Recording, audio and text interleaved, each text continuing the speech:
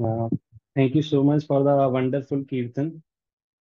तो आज की क्लास हम स्टार्ट करते हैं। वैसे तो आज बहुत स्पेशल डे है।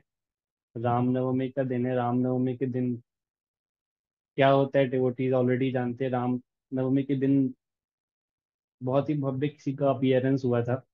और सुप्रीम पर्सनालिटी ऑफ गॉडेड ऐसा पहली बार हुआ था जो इस पृथ्वी पर आ रहे थे लीला करने के लिए, हम जैसों की तरह ही लीला करने के लिए आ रहे थे कि ये लाइफ कैसे कंटिन्यू करनी है, लाइफ कैसे जीनी है। पहली बार ऐसा हुआ था कि सुप्रीम पर्सनैलिटी ने ऐसा कुछ सोचा था कि इस धरातल पे आएंगे हम जैसे कलयुग के भद्र जीव के लिए। तो ऐसा पहली बार आज ही के दिन राम नवमी पे हुआ था। आज के दिन और भी इसलिए भव्य इसलिए कहा जाता है कि आज के दिन हनुमान जी की ड्यूटी बढ़ जाती है। हनुमान जी आज के दिन तपस्या को खोलते हैं। वैसे हनुमान जी तपस्या में रहते हैं। हनुमान जी, हम लोग जाते हैं मंगल को हनुमान जी को ऑफर पेड़ा देने, लड्डू देने के लिए, बट हनुमान जी की तपस्या बेसिकली शास्त्र कहते हैं आज खुलती है। आज के दिन स्पेशली वो जाते हैं अयोध्या धाम में, आज भी जाते हैं। अच्छा, आप में से किसी को एक क्वेश्चन का आंसर पता है कि अयोध्या के राजा कौन है?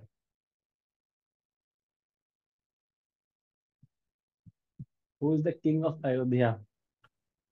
ये तो बहुत बेसिक आंसर है, शायद सबको पता होता दशरथ है। जी। दशरथ महाराज। दशरथ महाराज। और कोई? वैसे तो रघुकुल वंश से वो आते हैं, अजय जो हैं वो उनके वहां के राजा रहे हैं। उसके बाद दशरथ जी ने राज किया, उसके बाद श्री रामचंद्र जी ने। श्री राम। हमको पता है कि अयोध्या के राजा जो है वो श्री राम है, बट असल में ना कुछ और था। असल में अयोध्या के जो राजा थे श्री राम, जब श्री राम जा रहे थे अपने धाम वापस, साकेत धाम की जब वापस यात्रा कर रहे थे, तो जब साकेत धाम की वापस की यात्रा कर रहे थे तो श्री राम ने एक वर दिया हनुमान जी को। श्री राम जी ने अपना मुकुट उठा के हनुमान जी को पहनाया कि आज से इस अयोध्या नगरी का ध्यान आप रखोगे, आज के ये सिंहासन आपका है, इसका ध्यान आप रखोगे। आज भी अयोध्या जाएंगे तो अयोध्या जा हम लोग चले जाते हैं अयोध्या, हमको पता नहीं होता अयोध्या कहाँ से स्टार्ट करें यात्रा करनी।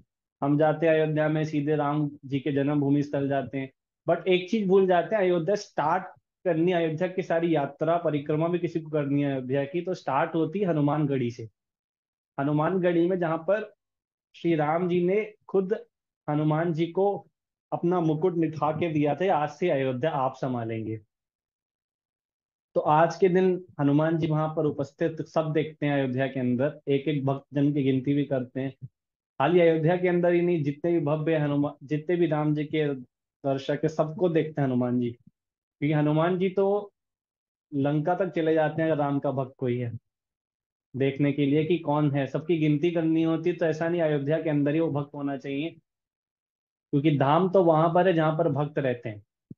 तो हनुमान जी तो कहीं भी गिनती उठा के चले जाएंगे अगर भक्त दिखता है। और भक्त की खासियत क्या है? राम कथा में प्रेम, उसमें प्रेम करना। तो हनुमानगढ़ी से अयोध्या की सारी परिक्रमा स्टार्ट होती है, और वहीं से दर्शन स्टार्ट थे। किसी को दर्शन भी करने अयोध्या जाना, सबसे पहले वो हनुमानगढ़ी जाए, हनुमान जी से दर्शन करे, प्रार्थना करे, हे प्रभु मुझे आप शक्ति दो कि मैं प्रभु के धाम आया हूँ, प्रभु की लीला स्थली आया, मैं प्रभु की लीला स्थली प्रभु के समक्ष समझ सकूं, भक्तों के साथ समझ सकूं। अगर ना समझ सकूं आप मुझे आशीर्वाद दो कि मैं समझने की मुझको शक्ति दो, इतनी शक्ति दो कि मैं एटलीस्ट ये जान सकूं राम है कौन। तो हनुमानगढ़ी से शुरू होता है। तो जो वक्त हनुमानगढ़ी से स्टार्ट करता है अयोध्या के दर्शन, उसके अयोध्या के दर्शन पूर्ण होते हैं, ऐसा शास्त्र कहता है। और बहुत सारे डिवोटीज ऐसे हैं अयोध्या जाते हैं, एक दिन का समय होता है, 3-4 घंटे के लिए जाएंगे, सोचते हैं पास में अयोध्या, चलो अयोध्या हो लेते हैं, और जो मेन स्थली थी वहां पर गई नहीं। राम जी के जन्म स्थली देखी और कैकई वन देखा, सब कुछ देख डाल, लेकिन जो मेन जगह थी वहां गई नहीं। हनुमानगढ़ी इतना बड़ा मंदिर नहीं बनाया गया, लेकिन स्टार्टिंग वहीं से होती है किसी को शुरू करना है अगर। तो आज की इसी स्पेशल राम जी की क्लास को हम स्टार्ट करेंगे मंगलाचरण से। ओम अज्ञानतिमिरन्धस्य ज्ञानञ्जनशलाकया चक्षुरुन्मीलितं येन तस्मै श्रीगुरुवे नमः। श्रीचैतन्यमनोभीष्टं स्थापितं येन भूतले स्वयं रूप कदा मह्यं ददाति स्वपदान्तिकम्। वन्देऽहं श्रीगुरो श्रीयुतः पदकमलं श्रीगुरोन् वैष्णवां च श्रीरूपं साग्रजातं सहगण रघुनाथान्वितं तं साजीवम् साद्वैतं सावधूतं परिजन सहितं कृष्ण चैतन्य देवम श्री राधा कृष्ण पादान सहगन ललित श्री विशाखन्वितांश्च हे कृष्ण करुणा सिंधु दीन बंधो जगतपते गोपेश गोपिका कांत राधा कांत नमस्तुते तप्त कांचन गौरंगी श्री राधे वृंदावनीश्वरी वृषभ भानुसुते देवी प्रणमामि हरिप्रिये वाञ्छकल्पातरुभ्यश्च कृपा सिन्धुभ्येव च पतितनाम पावनेभ्यो वैष्णवेभ्यो नमो नमः। जय श्री कृष्ण चैतन्य प्रभु नित्यानंद श्री अद्वैत गदाधर श्रीवासादि गौर भक्त वृंद। हरे कृष्णा कृष्ण कृष्ण हरे हरे हरे राम राम राम हरे हरे। नमो विष्णुपादाय कृष्णप्रेष्ठाय भूतले श्रीमते भक्तिवेदांत स्वामिन्निति नामिने नमस्ते सरस्वते देव गौरवाणी प्रचारिणे निर्विशेष शून्यवादी पाश्चात्य देश तारिणी श्रील प्रभुपाद की जय। हरे कृष्णा। वैसे कहा जाता है शास्त्रों में कि आज के दिन जो राम जी की लीला का स्मरण भी कर लेता है। वैसे तो वाल्मीकि जी वाल्मीकि रामायण में लिखते हैं राम नवमी के दिन राम का एक छोटा सा भी नाम सुन लेना, इसका मतलब ये होता है हमारे वहीं पर सारे पाप खत्म हो जाते हैं। और जब पूरी राम कथा होता है राम नवमी के दिन कोई भक्त अगर राम कथा सुन रहा है तो इससे कहा जाता है उसे इंद्र का पद की तक प्राप्ति हो जाती है। एक राम कथा राम नवमी पे सुनने से इतनी सारी राम नवमी की ग्लोरीज हैं। राम जी की कथा सुनना राम नवमी के दिन एक कहते हैं एक मर्सी का जब समुद्र बहता है, कृपा का जब समुद्र बहता है वो है राम कथा राम नवमी के दिन पे सुननी। कौन है राम जानना, राम की भक्तों की लीलाएं जानना। वो आज रामनवमी पे तुलसीदास जी को वर्णन किया गया था। एक बार तुलसीदास जी राम कथा ही सुना रहे रामनवमी पे, उन्होंने राम का वर्णन नहीं किया तो सबने पूछा कि तुलसीदास जी आपने राम जी का वर्णन, कथा हो गई राम कथा सुन रहे थे आप तो ग्लोरीज तो गा रहे थे लेकिन ग्लोरीज में कुछ मिसिंग लग रहा था। तो तुलसीदास जी बोलते मैंने तो सब पूरा कर लिया लेकिन अब क्या बच रहा है। तो बेसिकली डिफरेंस है एक, हम लोग समझ नहीं पाते हैं कि अगर दोनों रामायण पढ़ेंगे, जिस वक्त ने वाल्मीकि रामायण पढ़ी है और तुलसीदास से रामायण पढ़ी है, रामचरितमानस और वाल्मीकि रामायण में एक डिफरेंस है, और इसको वो समझ जाए। और वाल्मीकि रामायण में पूरी रामायण अगर आप पढ़ोगे उसमें main hero main character main lead role जो है वो राम जी का है। उसमें राम जी को हीरो के रूप में दिखाया गया कि राम जी ने कैसे समुद्र पे, तो वो बहुत बड़ी रूप में बनाई गई राम जी की लीला का अच्छे से गुणगान करा वाल्मीकि जी ने। बट हमारे गोस्वामी तुलसीदास जी की जो रामचरितमानस है वो थोड़ी सी अलग है।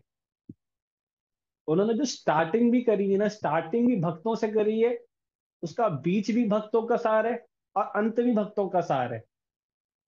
अब लोग ढूंढना चाहते हैं कमियां, कई सारे लोग कमी, इवन आज के साइंटिस्ट फिलोसफर्स जो उसमें लगे हुए कमियां निकालने के लिए, बट तुलसीदास जी की रामायण में कमी ढूंढना चाहते हैं, कमी नहीं मिलती है। क्योंकि इतनी परफेक्ट रामायण लिख के दी है तुलसीदास जी ने, उसमें उन्होंने भक्तों को लीड रोल दिया है। वाल्मीकि रामायण में खुद राम जी को लीड रोल है, राम जी ने क्या क्या किया सब समझाया, बट तुलसीदास जी ने भक्तों का वर्णन किया बढ़ा चढ़ा कर कराया। हम सुंदरकांड देख सकते हैं, सुंदरकांड का वर्णन इतना विशाल करा है तुलसीदास जी ने कि हनुमान जी की ग्लोरीज का है। भक्तों की ग्लोरी जब बतानी शुरू करी तुलसीदास जी ने, तुलसीदास जी का रुका, तुलसीदास जी बोलते मैं जब भक्तों के बारे में बोलता हूँ मैं सोचता हूँ कैसा स्थान है मेरा, मैं क्या कर रहा हूँ, मैं प्रभु तक पहुंच ही नहीं पाता हूँ। हम डायरेक्ट प्रभु तक कूदना सोचते हैं, तुलसीदास जी खुद कह रहे हैं कि मैं जब बोलना शुरू करता हूं मैं बोलता हूँ राम नवमी है आज ही के दिन, भरत जी शत्रुघ्न जी और ये लक्ष्मण जी आए, तो इसके आगे बोलते बोलते मैं थक जाता हूँ कि मैं यहीं पर रुकने लगता हूँ। मैं इसी को बोलने में मेरा जीवन निकल सकता है। तो राम जी की ग्लोरी इतनी ताकतवर है, तो राम जी के भक्तों की ग्लोरीज तुलसीदास जी अपने मुख से कह रहे हैं कि जब वो शुरू होती है तो उसका अंत ही नहीं है। पूरी लीला हो रही थी एक बार, सब कुछ जब ब्रह्मांड बन रहा था, तो शेषनाग जी ने टोटल 14 के 14 वनों को अपने मुख पर धारण किया था। इतना सारा भार था, शेषनाग जी ने बोला कि प्रभु मैं इसको कब तक रख सकता हूँ, आप बताओ कि तब तक मैं इसको धारण कर लूं। कुछ इसकी अवधि है, अवधि बता दीजिए हमें। वो होता है ना कि कुछ अगर हमको काम दो, ये कब तक करना है काम, 1 दिन 2 दिन 3 दिन, तो आप बता दीजिए कब तक करना है।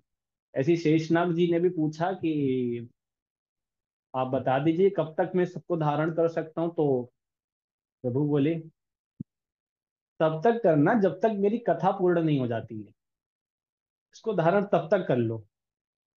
शेषनाग जी ने बोला ये तो बड़ा कॉम्प्लेक्स आपने सॉल्यूशन दिया है, कथा तो आपकी पूर्ण होनी नहीं है, मतलब ये धारण करते रहना है मेरे को। इसीलिए श्लोक भी आता है, हरि अनंत हरि कथा अनंता, कहि सुनहि बहु विधि सब संता।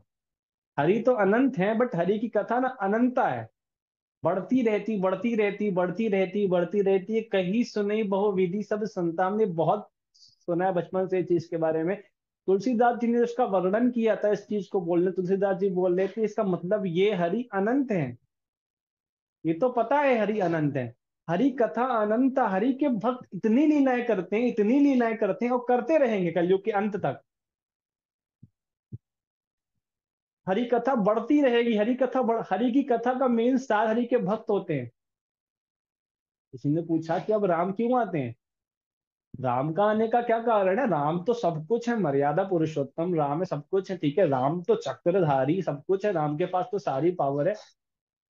शुक्लाम वरदरम विष्णु, इतना सब कुछ है, शुक्लाम वरदर सब कुछ तो उनके पास है।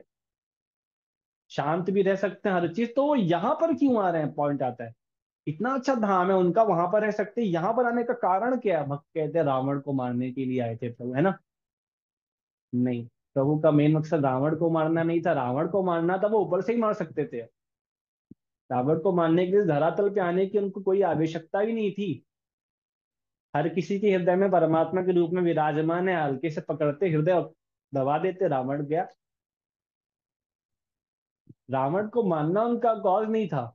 उनका मेन मकसद यहाँ पर आ रहा था, परित्राणाय साधुना विनाशाय च दुष्कृताम धर्म संस्थापना थारे संभवामि युगे युगे। मैं युग में आता हूँ, हर युग में, लेकिन किस लिए आता हूँ, परित्राणाय साधु नाम, सबसे पहले साधुओं के लिए आता हूँ, भक्तों के लिए आता हूं मैं। मेरे भक्तों को आनंद चाहिए था, और सबसे ज्यादा आनंद अब कृष्ण लीला करते सबसे बड़ा, तभी हमारे गौरंग महाप्रभु चैतन्य महाप्रभु भी आते हैं, क्यों आते, क्योंकि सबसे बड़ा भक्त राधा रानी को देखना था, राधा रानी की भक्ति कैसी है। ऐसे ही सबसे बड़ा भक्त सीता मैया को देखना था, सीता मैया का सबसे बड़ी इच्छा, राम जी के आने का मुख्य कारण की इच्छा सीता मैया थी। सीता मैया ने कहा प्रभु आप तो हमेशा यहाँ पर रहते हो वैकुंठ में, और यहाँ पर रहते हो, सब आपको घेरे रहते हैं इधर उधर, हमको तो टाइम ही नहीं मिल पाता है। ऊपर से आपका बेड भी बहुत अच्छा है, ऐसा बेड है कि यहाँ पर बैठे रहो, कुछ सीक्रेट बात भी नहीं कर पाओ। बात करना चाहो तो कोई ना कोई आ जाता है, और कोई ना कोई नहीं आता है तो आप बुला लेते हो, नहीं तो फिर ऊपर तो है ही है, हमेशा साथ छोड़ते ही नहीं है ये। तो बड़ी दुखद परिस्थिति है प्रभु, ये तो गलत हो रहा है, मुझे कुछ समय चाहिए। तो प्रभु ने बोला चिंता ना करो, 14 साल का समय तुमको दूंगा, तब मेरे समक्ष मेरे वन में कोई नहीं होगा, तब मैं अकेला वन में निकलूंगा, मैं आऊंगा राम रूप में, जब दूंगा तो ये इच्छा पूरी होगी। तो वो इच्छा पूरी करनी थी, सबसे बड़ी भक्त सीता मैया की इच्छा हो गई थी पहले से ही साकेत धाम के अंदर, तो वो इच्छा पूरी प्रभु ने करी। दूसरी इच्छा शबरी मैया, बहुत सालों से इंतजार करते, 10,000 साल तक तपस्या करके इंतजार चल रहा शबरी मैया का, उनके लिए आना था प्रभु को, हनुमान जी के लिए आना था। शिव जी ने बोला कि प्रभु कहाँ फंसा दिया आपने, अच्छा खासा मैं लाइफ जी रहा था, जीवन अच्छा था, आपने गृहस्थ आश्रम में फंसा दिया। गृहस्थ आश्रम कहते हैं अस्त है, व्यस्त है, पूरी तरीके से परास्त है, क्योंकि हम गृहस्थ हैं। कहाँ हमको गृहस्थ आश्रम में फंसा दिया, कहाँ कि गृहस्थ आश्रम के ऐसे चोचले, वो उधर उनकी सुनो उनकी सुनो, बच्चों की सुनो। फंस गया हूँ प्रभु, भक्ति का तो सार ही हट गया, मुझे भी तो भक्ति करा लो, मुझे भक्ति करनी है, प्रेम में करनी है, मुझे समय भक्ति का नहीं मिल पाता, मैं कैसे भक्ति करूं, मैं तो आपके नाम में खोना चाहता हूँ, आपके नाम का सबको आकार दिखाना चाहता हूँ, आपके नाम दिखाना चाहता हूँ। उन्होंने बोला चिंता ना करो, आप भी आ रहे हो राम रूप में, जब मैं लेने वाला हूँ, आऊंगा तो आपकी इच्छा भी पूरी करूंगा। तो शिव जी आ गए हनुमान जी के रूप में, और पूरा राम का सार दिखा दिया, राम की दिखा दिया, राम के नाम में कितनी शक्ति की दिखा दिया। जो शिव जी का मेन एम था आने का, वो शिव जी ने पूरा कर दिया। तो ऐसे भक्तों के लिए प्रभु आए थे।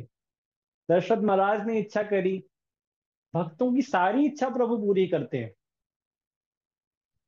पर इसके लिए अब इच्छा कब पूरी करें, हम किसके पास जाते हैं, हम जाना ही नहीं चाहते हैं प्रभु के पास। हमारा कुछ भी शुरू भी होता है, हम किससे कहते हैं, अरे प्रभु क्या देंगे, प्रभु कुछ नहीं देंगे, ऐसे नहीं मिलता है यहाँ पर, प्रभु कुछ नहीं देते ऐसे। प्रभु कब देते हैं, इसका एक सार प्रभु ने भगवत गीता में बोल दिया है। भगवत गीता के 9वें अध्याय के 22वें श्लोक में कृष्ण ने बोल दिया है, अनन्यश्चिन्तयन्तो माम ये जना पर्युपासते तेषां नित्यभियुक्तानां योगक्षेमाम वहाम्यहम्।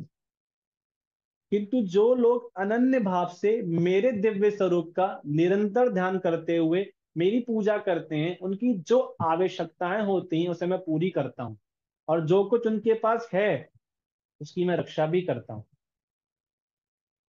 तो प्रभु ने गाइडलाइंस दे दी कि कब प्रभु आपकी सुनेंगे, जब उनके लिए कुछ करोगे, बीइंग कृष्ण कॉन्शियस, आप कुछ भी करोगे, आपका मकसद एक होना चाहिए, to serve supreme personality, to serve Krishna. गृहस्थ में एंट्री कर रहे हो, कृष्णा मेन गोल है, गृहस्थ अक्षम रहेगा। कृष्णा अगर सब कुछ रहेगा, किसी ने पूछा गृहस्थ लाइफ में कृष्णा नहीं है तो क्या जीवन है, तो अगर कृष्णा नहीं है तो जीवन भी मरण पर्यंत है। कृष्णा है तो गृहस्थ आश्रम भी अच्छा है। कितना अच्छा है, आपके पास एक डीटीज है, गृहस्थ आश्रम शुरू करना है आपको, डीटीज लगाई, डीटीज लेके आइए, प्रभु की साक्षात विग्रह सेवा कीजिए, प्रभु की सुबह सुबह भागवतम का लेक्चर उठाइए, भागवतम सुनिए, 8 बजे भागवतम पढ़ के अपना ऑफिस कंटिन्यू करिए, वापिस आइए, फिर से सर्विस करिए। दोनों ही बिजी रहेंगे तो लड़ाई झगड़ा ही नहीं है।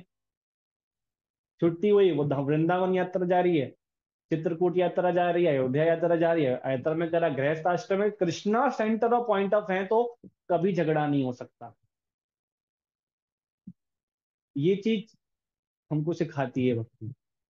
तो इसी प्रभु ने बोला कि अगर सेंटर ऑफ पॉइंट में मेरे को लग रहा, अनन्य भाव से मेरी भक्ति में निरंतर लगे रहोगे, जो कुछ करोगे मेरे लिए करोगे, तो जो कुछ तुम्हारे पास है उसकी मैं रक्षा करूंगा, चिंता ना करो। हमारे पास क्या है, हमारे पास बहुत सारी चीजें हैं, हमारे पास हमारे शरीर है, बीमारियों का, इसको अगर शास्त्र कहते हैं, हम कहते हैं शरीर में क्या है, किसी बच्चे से पूछो बॉडी में क्या कहेगा, 2 eyes, 2 nose, 2 eyes, 1 nose, 2 ears, 1 mouth, सारे सारे बॉडी पार्ट्स गिनवाने लगेगा। बट शास्त्रों ने शरीर को बोला है जड़मर, बोला है बीमारियों से घिरा हुआ। कृष्ण ने तो बोल दिया कि जो कुछ है मैं रक्षा करूंगा, किसकी रक्षा करूंगा, आपके शरीर की। साधना करने के लिए साधक का होना भी जरूरी है। आपके शरीर की कृष्ण रक्षा करेंगे, आपकी रक्षा करेंगे, और जो कुछ नहीं है आपके पास उसको कृष्ण दे देंगे। लेकिन तब होगा जब कृष्णामयी कुछ सेवाएं करेंगी। यही सब भक्तों के लिए राम जी ने अवतार लेने की आए। दूसरा कारण था परित्राणाय साधु विनाशाय च दुष्कृताम, दुष्टों के लिए, मारने के लिए, वो दूसरा कारण था। प्राइमरी कॉज तो भक्तों के लिए था। सबसे बड़ा भक्त सीता मैया की इच्छा हो गई थी कि उनको टाइम चाहिए था प्रभु के साथ, तो प्रभु आए।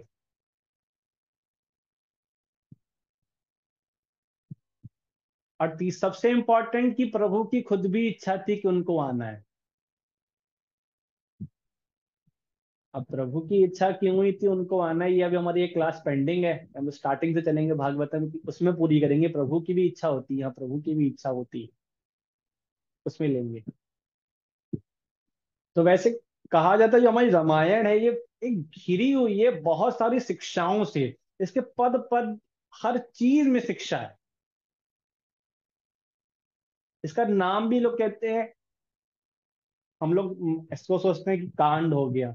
अरे ये क्या कांड कर दिए, ये क्या कांड, यूपी की भाषा है याद, इसलिए बोलते हैं यूपी की भाषा है क्या, ये कांड क्या कर दिए, कांड क्या कर दिए। मुंबई में इसको बोलोगे आपको लगेगा ये नेगेटिव शब्द बोल रहे हैं क्या।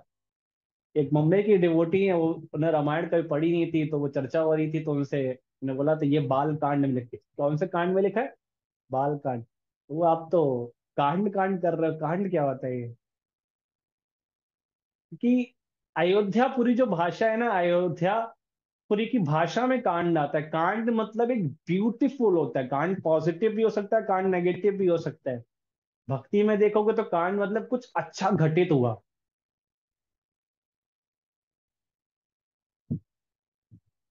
इसीलिए अयोध्यापुरी की भाषा बाद में यूपी के लैंग्वेज क्षेत्र में आ गई, तो यूपी की भाषा में वो बोला जाने लगा।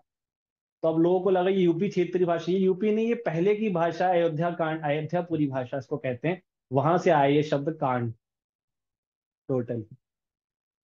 तो इस रामायण में हर कांड में इतनी ब्यूटीफुल शिक्षाएं, हर लेसन से अगर हम इसको लेंगे हमारा जीवन सक्षम और जीवन बहुत सुंदर हो जाएगा। रामायण की शिक्षाओं को हमने अपना लिया, हर किसी ने एक एक शिक्षा हमको दी, हर किसी चीज से हमको शिक्षा मिली रामायण के।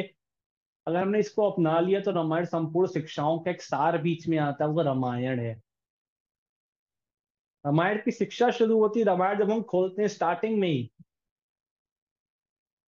जैसे कोई भी बुक होती है, बुक का सबसे इंपॉर्टेंट चीज सबसे पहले क्या होता है, कोई भक्त अगर बताए कि कोई भी कोई बुक पढ़ता है सबसे पहला पेज क्या होता है उस बुक का। इंडेक्स प्रभु जी। प्रभु जी प्रिफ्रेस। प्रीफेस, ठीक है। और फिर क्या होता है। बुक का इंट्रोडक्शन होता है कि इसके अंदर क्या मेंशन है। ठीक है, और कुछ, और कुछ होता है एक बुक में। प्रभु जी कंटेंट्स, जैसे कि कौन सा चैप्टर और मतलब वैसा एक्सेट्रा। कंटेंट्स भी होता है, और कुछ होता है। राइटर का नाम, राइटर की इंट्रोडक्शन। राइटर का इंट्रोडक्शन, ये बहुत इंपॉर्टेंट पॉइंट है। किसी भी बुक को स्टार्टिंग होने से पहले राइटर का इंट्रोडक्शन बहुत होता है। और राइटर का इंट्रोडक्शन हमेशा कैसा होता है, कोई वक्त बताएगा। हर राइटर कैसा इंट्रोडक्शन देता है, उसने क्या क्या किया है। Prabhu ji he is PhD, Prabhu ji he is mind blowing, Prabhu ji he is toast, he is this, he has done anything, he has written around 10 to 12 books, he has written this, he has written this, he is साक्षात भगवान। ऐसा तक introduction होता है। बहुत ऐसा introduction होता है कि राइटर को एकदम इंट्रोड्यूस कर दिया था अच्छे से। कि राइटर अब इंट्रोड्यूस करता कौन है, रियलिटी में तो राइटर खुद ही लिखता है अपने बारे में, कोई और नहीं लिखता। राइटर खुद कहता है ये लिखो, ये लिखो, ये ताकि लोग मेरे बारे में तो जाने एटलीस्ट मैं हूं कौन। ऐसा ही होता है ना हर बुक के अंदर। हर बुक के अंदर कभी देखा है कि इंट्रोडक्शन देखा राइटर का और वही बेकार निकल गया, फिर क्या बुक पढ़ने की इच्छा होती है। नहीं। नहीं। बट हमारी जो रामचरितमानस है, ये अनोखी बुक है। तुलसीदास जी ने सोचा था कि, तुलसीदास जी बोलते भी हैं इस चीज के बारे में, जब लिखने जा रहा था सोचा था मैं सब लिख दूंगा। लिखने बैठा तो लगा कि अपनी बुराइयां कहाँ से गिनूं। तो रामचरितमानस का ही मैं सार है, मैं कुछ पंक्तियां आपके सामने बोलूंगा रामचरितमानस से ही, कि तुलसीदास जी अपना इंट्रोडक्शन किस तरीके से दे रहे हैं। ये पहली शिक्षा रामायण से जो आती है कि अपने को भूल जाओ, प्रभु की सेवा करने जा रहे हो तो आपको खुद छोड़ना पड़ेगा। जब मैं था तो हरि नहीं, अब हरि है तो मैं नहीं। मैं को त्यागोगे नहीं तो हरि नहीं मिलेंगे। तुलसीदास जी ने बहुत ही ब्यूटीफुल शिक्षा दी है। इस इंट्रोडक्शन को जब जब मैं पढ़ता हूँ तो ऐसा लगता है रोंगटे खड़े हो रहे हैं। इतना ब्यूटीफुल, इतना सुंदर ऐसा भाव प्रकट करके रखा है तुलसीदास जी ने कि कोमल सा लगता है कि आंखों से अश्रु बह जाएंगे कि खाली इंट्रोडक्शन ही पढ़ के। आगे की बुक तो और भी अलग है। खाली इंट्रोडक्शन स्टार्टिंग कैसे करते हैं, जुगति वेद पुनि पोही रामचरित बरताक, पहिरई सज्जन विमल और शोभा अति अनुराग। स्टार्टिंग कर उन कविता रूपी मुक्त मणियों को युक्ति से बेध कर फिर रामचरित्र रूपी सुंदर तागों में पिरोकर सज्जन लोग अपने निर्मल हृदय में धारण करते हैं, जिससे अत्यंत अनुराग रूपी शोभा होती है, वे अत्यधिक प्रेम को प्राप्त होते हैं। ये अपना इंट्रोडक्शन दे रहे हैं तुलसीदास जी। आगे पढ़ते हैं क्या बोला अपने बारे में। जे जन में कलिकाल कराला करतब 22 बेश मराला। चलत कुपंत वेद मग छोड़े कपट कलेबर कली मल मोड़े। जो कराल कलयुग में जन्मे हैं, कराल कहते हैं जो कराल इस विशाल इस विष के भरे युग में जन्मे। जो विष है यहाँ पर, हर लोग विष की तरह हमको खाने के लिए दौड़ रहे हैं। हर लोग विष की तरह आते हैं, हमारे पीछे पड़े हुए हैं, हमको खा लेंगे, हमको धोखा दे रहे हैं। यहाँ पे दोस्त दोस्त को धोखा दे रहा है। धोखे की परिस्थिति इस युग में फैली है। उसमें बोले कराल कलयुग के जन्मे हैं, जिनकी करनी कौवे के समान है और वेश हंस का सा है। वेश तो बड़ा सुंदर हंस का, बड़े सुंदर दिखने में लग रहे हैं, बड़े ऐसा सब कुछ सज धज के अच्छे से आए, लेकिन करनी कैसी, अंदर से झांको तो पता लगे कौवे के समान हो रहे हैं। तो बहुत ज्यादा काले हो चुके हैं, तो लोगों को खा जाएंगे, अपने काम के लिए किसी को भी गिरा देंगे। और वेश हंस का सा, वेश बड़ा सुंदर बनाएंगे, सजेंगे बहुत अच्छे से, बहुत कुछ अच्छे से करेंगे, अंदर सब कुछ बेकार है। जो वेद मार्ग को छोड़कर कुमार्ग पर चलते हैं। वेद मार्ग को छोड़ देंगे, कुमार्ग पर चलेंगे। किसी से बोलो ना मेरे घर पे बहुत पार्टी हो रही है, आ जाओ, जी भर इसको खाना खाना है खा लो। सारे के सारे रिलेटिव दूर दूर से आ जाएंगे, कहाँ कहाँ से बुलाओगे हर जगह से आ जाएंगे। जो नहीं भी जानते वो भी आ जाएंगे। और किसी से बोलो मेरे घर पे ना एक पाठ हो रहा है, छोटा सा हो रहा है, आप आ जाओगे, कथा है, हरी कथा, तो सबके सब गायब बोलेंगे, कुछ ही कुछ आएंगे। क्योंकि वेद मार्ग भी चलेंगे तो हंसेंगे, क्या करा रहे हो पाठ वाठ, मॉडर्न बनो भैया मॉडर्न। जो शराब नहीं पीता है कि कलयुग में हर चीज उल्टी होती है। जो शराब पीता है वो मॉडर्न है, जो नहीं पीता है वो ट्रेडिशनल है। तो कलयुग का हर चीज उल्टी होती है, बोलना जो वेद मार्ग को छोड़कर कुमार्ग पर चलते हैं, जो कपट की मूर्ति और कलयुग के पापों के भाड़े हैं। कपट की मूर्ति है। आगे क्या लिख रहा है तुलसीदास जी। वंचक भगत कहा ही राम के किंकर कंचन कोहो काम के। तिनई मह प्रथम रेख जग मोरी धींग धर्म ध्वज धन तक धोरी। जो श्री राम जी के भक्त कहलाकर लोगों को ठगते हैं, जो धन लोभ क्रोध और काम के गुलाम है, और जो धींगा नीगी करने वाले। इसमें तुलसीदास जी लिख रहे हैं कलयुग में ऐसे बहुत से लोग हैं जो तुमको ही ठग लेंगे, दिखाएंगे कि बहुत बड़ा सा कथा कर रहे हैं, बड़ी सी विशाल कथा करेंगे, विशाल गद्दी पर बैठेंगे और प्रवचन दे रहे हैं राम जी के बारे में कि राम कथा इतनी सुंदर है, राम जी कैसे है, राम जी वैसे है, राम जी वैसे हैं, ऐसा। डोनेशन है आपका, डोनेशन दे दीजिएगा जरा थोड़ा सा साइड में। और थोड़ा सा आप प्रसाद दे दीजिए, आप भक्त है, हमको कुछ खिलाना भी तो पड़ेगा, आप कुछ पैसा दे दो थोड़ा सा। तो इतना सब ढोंग बलाना, जो राम जी के भक्त कहलाकर लोगों को ठग रहे हैं। लोगों को लग रहा है बहुत बड़े भक्त है, बहुत कुछ कर रहा है, मेरे लिए कर रहा है, मेरे लिए कर रहा है, मेरे लिए कर रहा है, मेरे लिए कर रहा है। उनकी रोटी तो देखो कहाँ से आ रही है।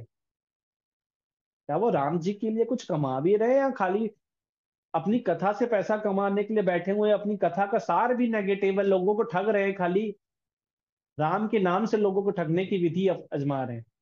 तो श्री राम जी के भक्त कहलाकर लोगों को ठगते हैं, जो धन पैसे के लिए, खुद पैसा चाहिए, खुद क्रोध काम, खुद की इच्छा, खुद का नाम कमाना। ऐसी कथा करूंगा ना कि खुद का नाम हो जाएगा, लोग जानेंगे मेरे को कथाकार के नाम से, मेरे को ही बुलाएंगे हमेशा, हर लेक्चर मैं ही दूंगा, वो करूंगा। तो खुद के काम के गुलाम। और जो धींगा नेंगी करने वाले, बहुत लंबी लंबी फेंकने वाले, मैं ऐसा हूं, मैं वैसा हूं, मैं वैसा हूं। धर्मदेव जी धर्म की झूठी ध्वजा फहराने वाले दम्भी होते हैं, धर्म के नाम पे लोगों को ठग रहे हैं, झूठी धर्म को जो बता रहे धर्म वैसा है ही नहीं। और कपट के धंधों का बोझ डोलने में, कपट होता है कि बता तो अच्छा रहे, खुद कुछ नहीं कर रहे हैं। बता तो बहुत कुछ देंगे, लेकिन खुद कुछ भी उस चीज को अपना नहीं रहे हैं, उसको छोड़ रहे हैं, और लोगों को लग रहा है कि बहुत बड़ी भक्ति कर रहे हैं, कितनी अच्छी कथा प्रभु जी ने करी है, कितना अच्छा कर रहे हैं प्रभु जी, ऐसे से कर रहा है। बट अंदर से क्या, कपट के धंधों को बोझ रहे हैं, खुद की इच्छा है, खुद का नाम चाहिए, खुद का चाहिए। आगे तुलसीदास जी बहुत सुंदर कह रहे हैं, धींग धर्म जो दंडक धोरी, संसार में ऐसे लोगों में सबसे पहले मेरी गिनती है। ये इंट्रोडक्शन तुलसीदास जी ने अपने बारे में लिखा है। जी जितनी बातें बताई हैं, धींग धर्म जो दंडक धोरी, ऐसे लोगों में सबसे पहले मेरी गिनती करना, कि मैं ऐसा ही नीच ऐसा ही पापी हूं, मैं लिखने जा रहा हूं कि मेरे को कोई अकल नहीं है, मैं बहुत बड़ा कपटी हूँ, भक्त नाम की चीज मेरे अंदर है ही नहीं, मैं केवल अपने लिए लिखनी लिखता हूँ। ये तुलसीदास जी ने इंट्रोडक्शन लिखा है अपना, अपने बारे में बताया है। रामायण के बाल कांड में ही आ जाता है इंट्रोडक्शन तुलसीदास जी का।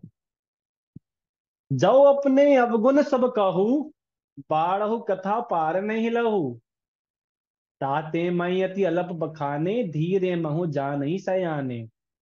यदि मैं अपने सब अवगुणों को कहने लगूं तो कथा बहुत बढ़ जाएगी और मैं पार नहीं पाऊंगा।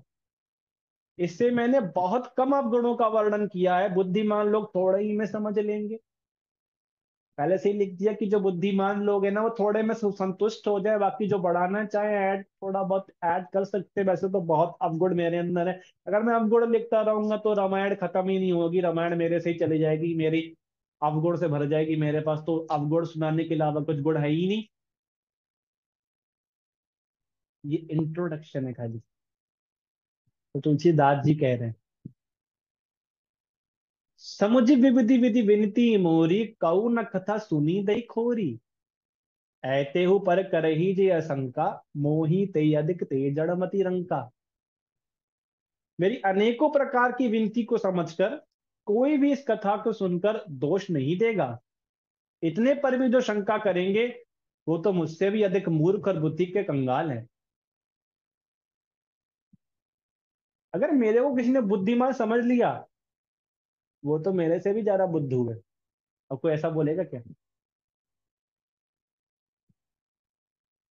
ऐसा कोई बोल सकता है इंट्रोडक्शन में कि अगर किसी ने मेरे को बुद्धिमान समझ लिया तो वो मेरे से बड़ा मूर्ख है? ऐसा संसार में कोई बोल नहीं सकता। ये तुलसीदास जी का प्रेम टपक रहा है, जिनकी आंखों से अश्रु बह रहे हैं। कवि ना हूं नहीं चतुर कहा वो, मैं ना तो कवि हूं ना मैं चतुर हूं। मति अनुरूप राम गुण गावे, अपनी बुद्धि के अनुसार थोड़ी पीढ़ी से जो बुद्धि है ना, उसके अनुसार एक छोटा सा श्री राम जी का गुण गा रहा हूं, आपके समक्ष प्रस्तुत कर रहा हूं। बुद्धिमान ना समझना, मुझको मूर्ख समझना। बुद्धिमान समझोगे तो मेरे से बड़े मूर्ख आप होगे। कहा तो श्री रघुनाथ जी के अपार चरित्र, कहाँ संसार में आसक्त मेरी बुद्धि। कहाँ रघुवत के चरित्र अपारा, कहाँ रघुपति के चरित्र अपारा, कहाँ मति मोरी निरत संसारा। कहाँ रघुपति के चरित्र संसारा, कहाँ मति मोरी निरत संसारा। कहाँ रघुपति का वो प्रेम चरित्र, जब राम चलते हैं तो ऐश्वर्य से भरा संसार चलता है, संसार झुक जाता है, पवन देव को रुकना पड़ जाता है जब राम चलते हैं। कहाँ मेरी छोटी सी ये भौतिक बुद्धि में फंसी बुद्धि में क्या उनका चर्चा करूंगा, मैं क्या उनके बारे में बताऊंगा, कौन है राम।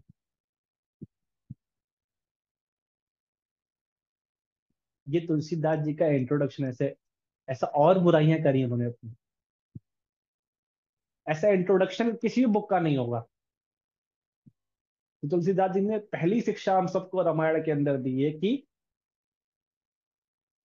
आप प्रभु का गुणगान करने जा रहे हो तो खुद का गुणगान क्यों कर रहे हो? आप प्रभु का गुणगान करने जा रहे हो तो पैसों के लिए जा रहे हो? प्रभु का गुणगान करने किसके लिए जा रहे हो? प्रभु का गुणगान करने के लिए आप हो कौन? तुलसीदास जी ने व्यक्त करके समझा दिया कि कौन है तुलसीदास जी। अब आता है हमारा एक, राम जी को तुलसीदास जी ने फिर कहां से समझाया। अयोध्या कांड के श्लोक नंबर 3 में राम जी का वर्णन कर रहे हैं कि राम जी हैं कैसे। हमको तो राम जी का कलर भी नहीं पता, लोग राम जी की पेंटिंग बनाते हैं उनको ब्लू रंग से कर देते हैं, ब्लू रंग। उनको लगता है कृष्ण का रंग ब्लू है तो राम जी का रंग भी ब्लू होगा। नहीं, राम जी का कलर है ग्रीन। राम जी हरे कलर के, ग्रीन कलर के। हरा श्याम रंग है उनका। एक होता है नॉर्मल हरा रंग जो पत्तियों का देखते हैं, एक होता है हरा श्याम रंग। श्याम रंग के हैं लेकिन हरे के समान है। ये रात को चमकता हुआ सितारा होता है, उसका भी एक थोड़ा सा रंग ले लो, उसकी गोल्डन शाइन ले लो, ऐसा हरा श्याम रंग राम जी का है। अब राम जी कौन सा धनुष उठाते हैं, उनके धनुष का नाम क्या है, किसी भक्त को पता है? राम जी के धनुष का नाम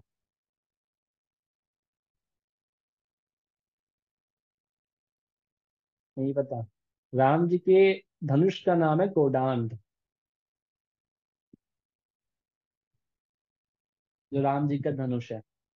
कृष्ण के धनुष का नाम है श्यामल, क्योंकि कृष्ण का धनुष बहुत ही कोमल है।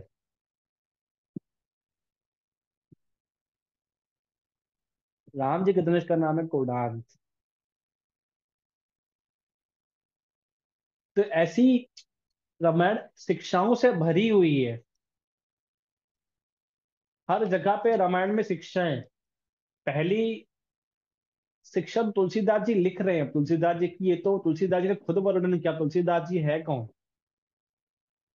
तुलसीदास जी ऐसे हैं जो खड़े खड़े विग्रह को भी चेंज कर सकते हैं, राम जी को विग्रह के रूप में बुला सकते हैं, ऐसे तुलसीदास जी पावर रखते हैं। एक बार साउथ में ही ऐसा हुआ था, तुलसीदास जी को बांध के कृष्ण के मंदिर में ले जाया जा रहा था कि बहुत राम के गुणगान करते, थोड़ा कृष्ण का गुणगान करके दिखाओ। मुंह से कृष्ण तो निकालते ही नहीं और राम राम करते रहते, और कृष्ण का गुणगान तो करके दिखाओ। तो राम तुलसीदास जी ने राम राम राम, तो तुलसीदास जी को बांध के उनकी आंखों में पट्टी बांध थी कि उनको जबरदस्ती कृष्ण के मंदिर में ले जाया गया। तुलसीदास जी गए, तुलसीदास जी को वहां पे लिटा दिया गया, फिर उनकी आंखों से वो हटाया। अगर अब देखो, अब देखिएगा कुछ तो बोलेगा, जो बोलेगा वो लिख लो, पता लग जाएगा भक्ति का सार। तो तुलसीदास जी ने इतनी मधुर, इतनी कोमल वाणी बोली है, उससे तो आज भी भक्तों के रोंगटे खड़े हो जाते हैं। वो सुन के बाद तुलसीदास जी ने जो कर दिया वहां पर चमत्कार, वो चमत्कार आज भी लोग देखते हैं।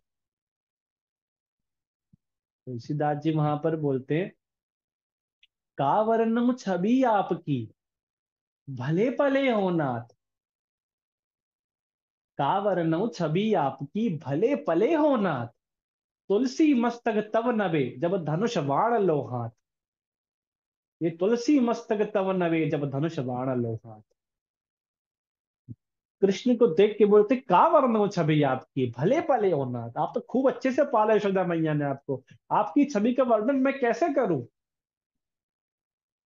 तुलसी मस्तक तब नवे, लेकिन मैं मस्तक अपना तब न लूंगा जब धनुष बाण लो हाथ।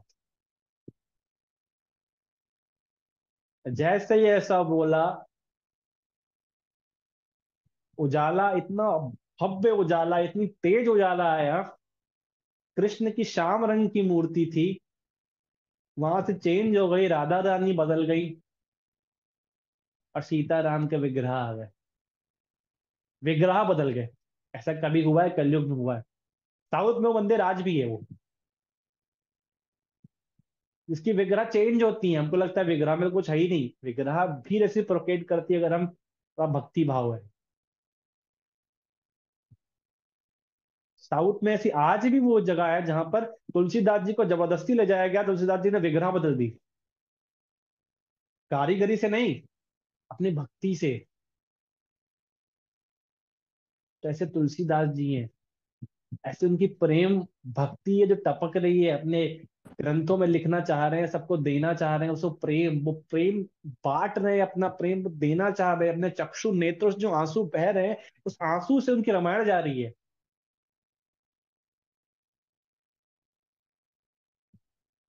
ऐसा प्रेम है। पहला शिक्षा तुलसीदास जी स्वयं दे रहे हैं। दूसरी शिक्षा, दूसरी शिक्षा हमारे आती है, जो कि बहुत इंपॉर्टेंट दूसरी शिक्षा दे रही है कैकेयी मैया। कैकेयी मैया और मंथरा दूसरी शिक्षा देती है इनको।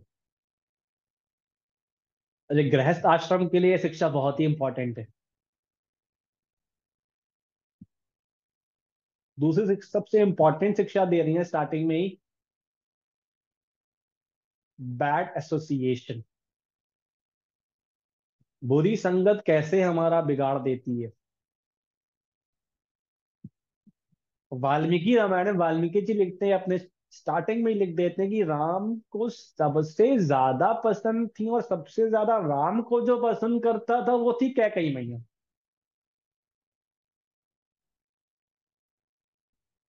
यहां तक कि जितनी ये बाल लीलाएं भी चरण वर्णन आता है, बाल लीलाएं कैकेयी भवन में हुई हैं। अब कैकेयी मैया को राम जी इतने प्रिय थे कि भरत जी से ज्यादा स्नेह था।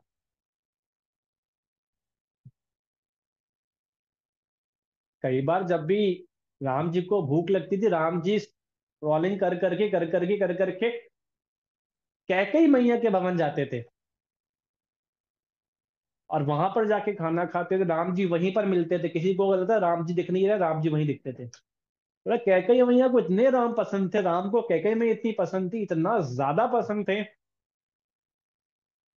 कैकेयी कभी भी ये राम जी के बारे में शब्द नहीं बोल सकती थी।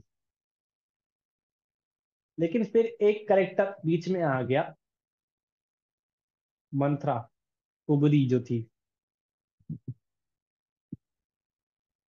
यहां पर क्वेश्चन में आता है बैड एसोसिएशन, गलत संगत पड़ा। मंथरा बार बार कैकेयी मैया से बोलती थी, ये तू मूर्ख है, अरे तेरे को दिख नहीं रहा, ये सिंहासन ले लेगा, तेरा बेटा नहीं है ये। कैकेयी मैया बोलती, नहीं नहीं, ये मेरा बेटा है, मेरे पास आता है, मेरे से खेलता है, मेरा बेटा है, ऐसा क्या है?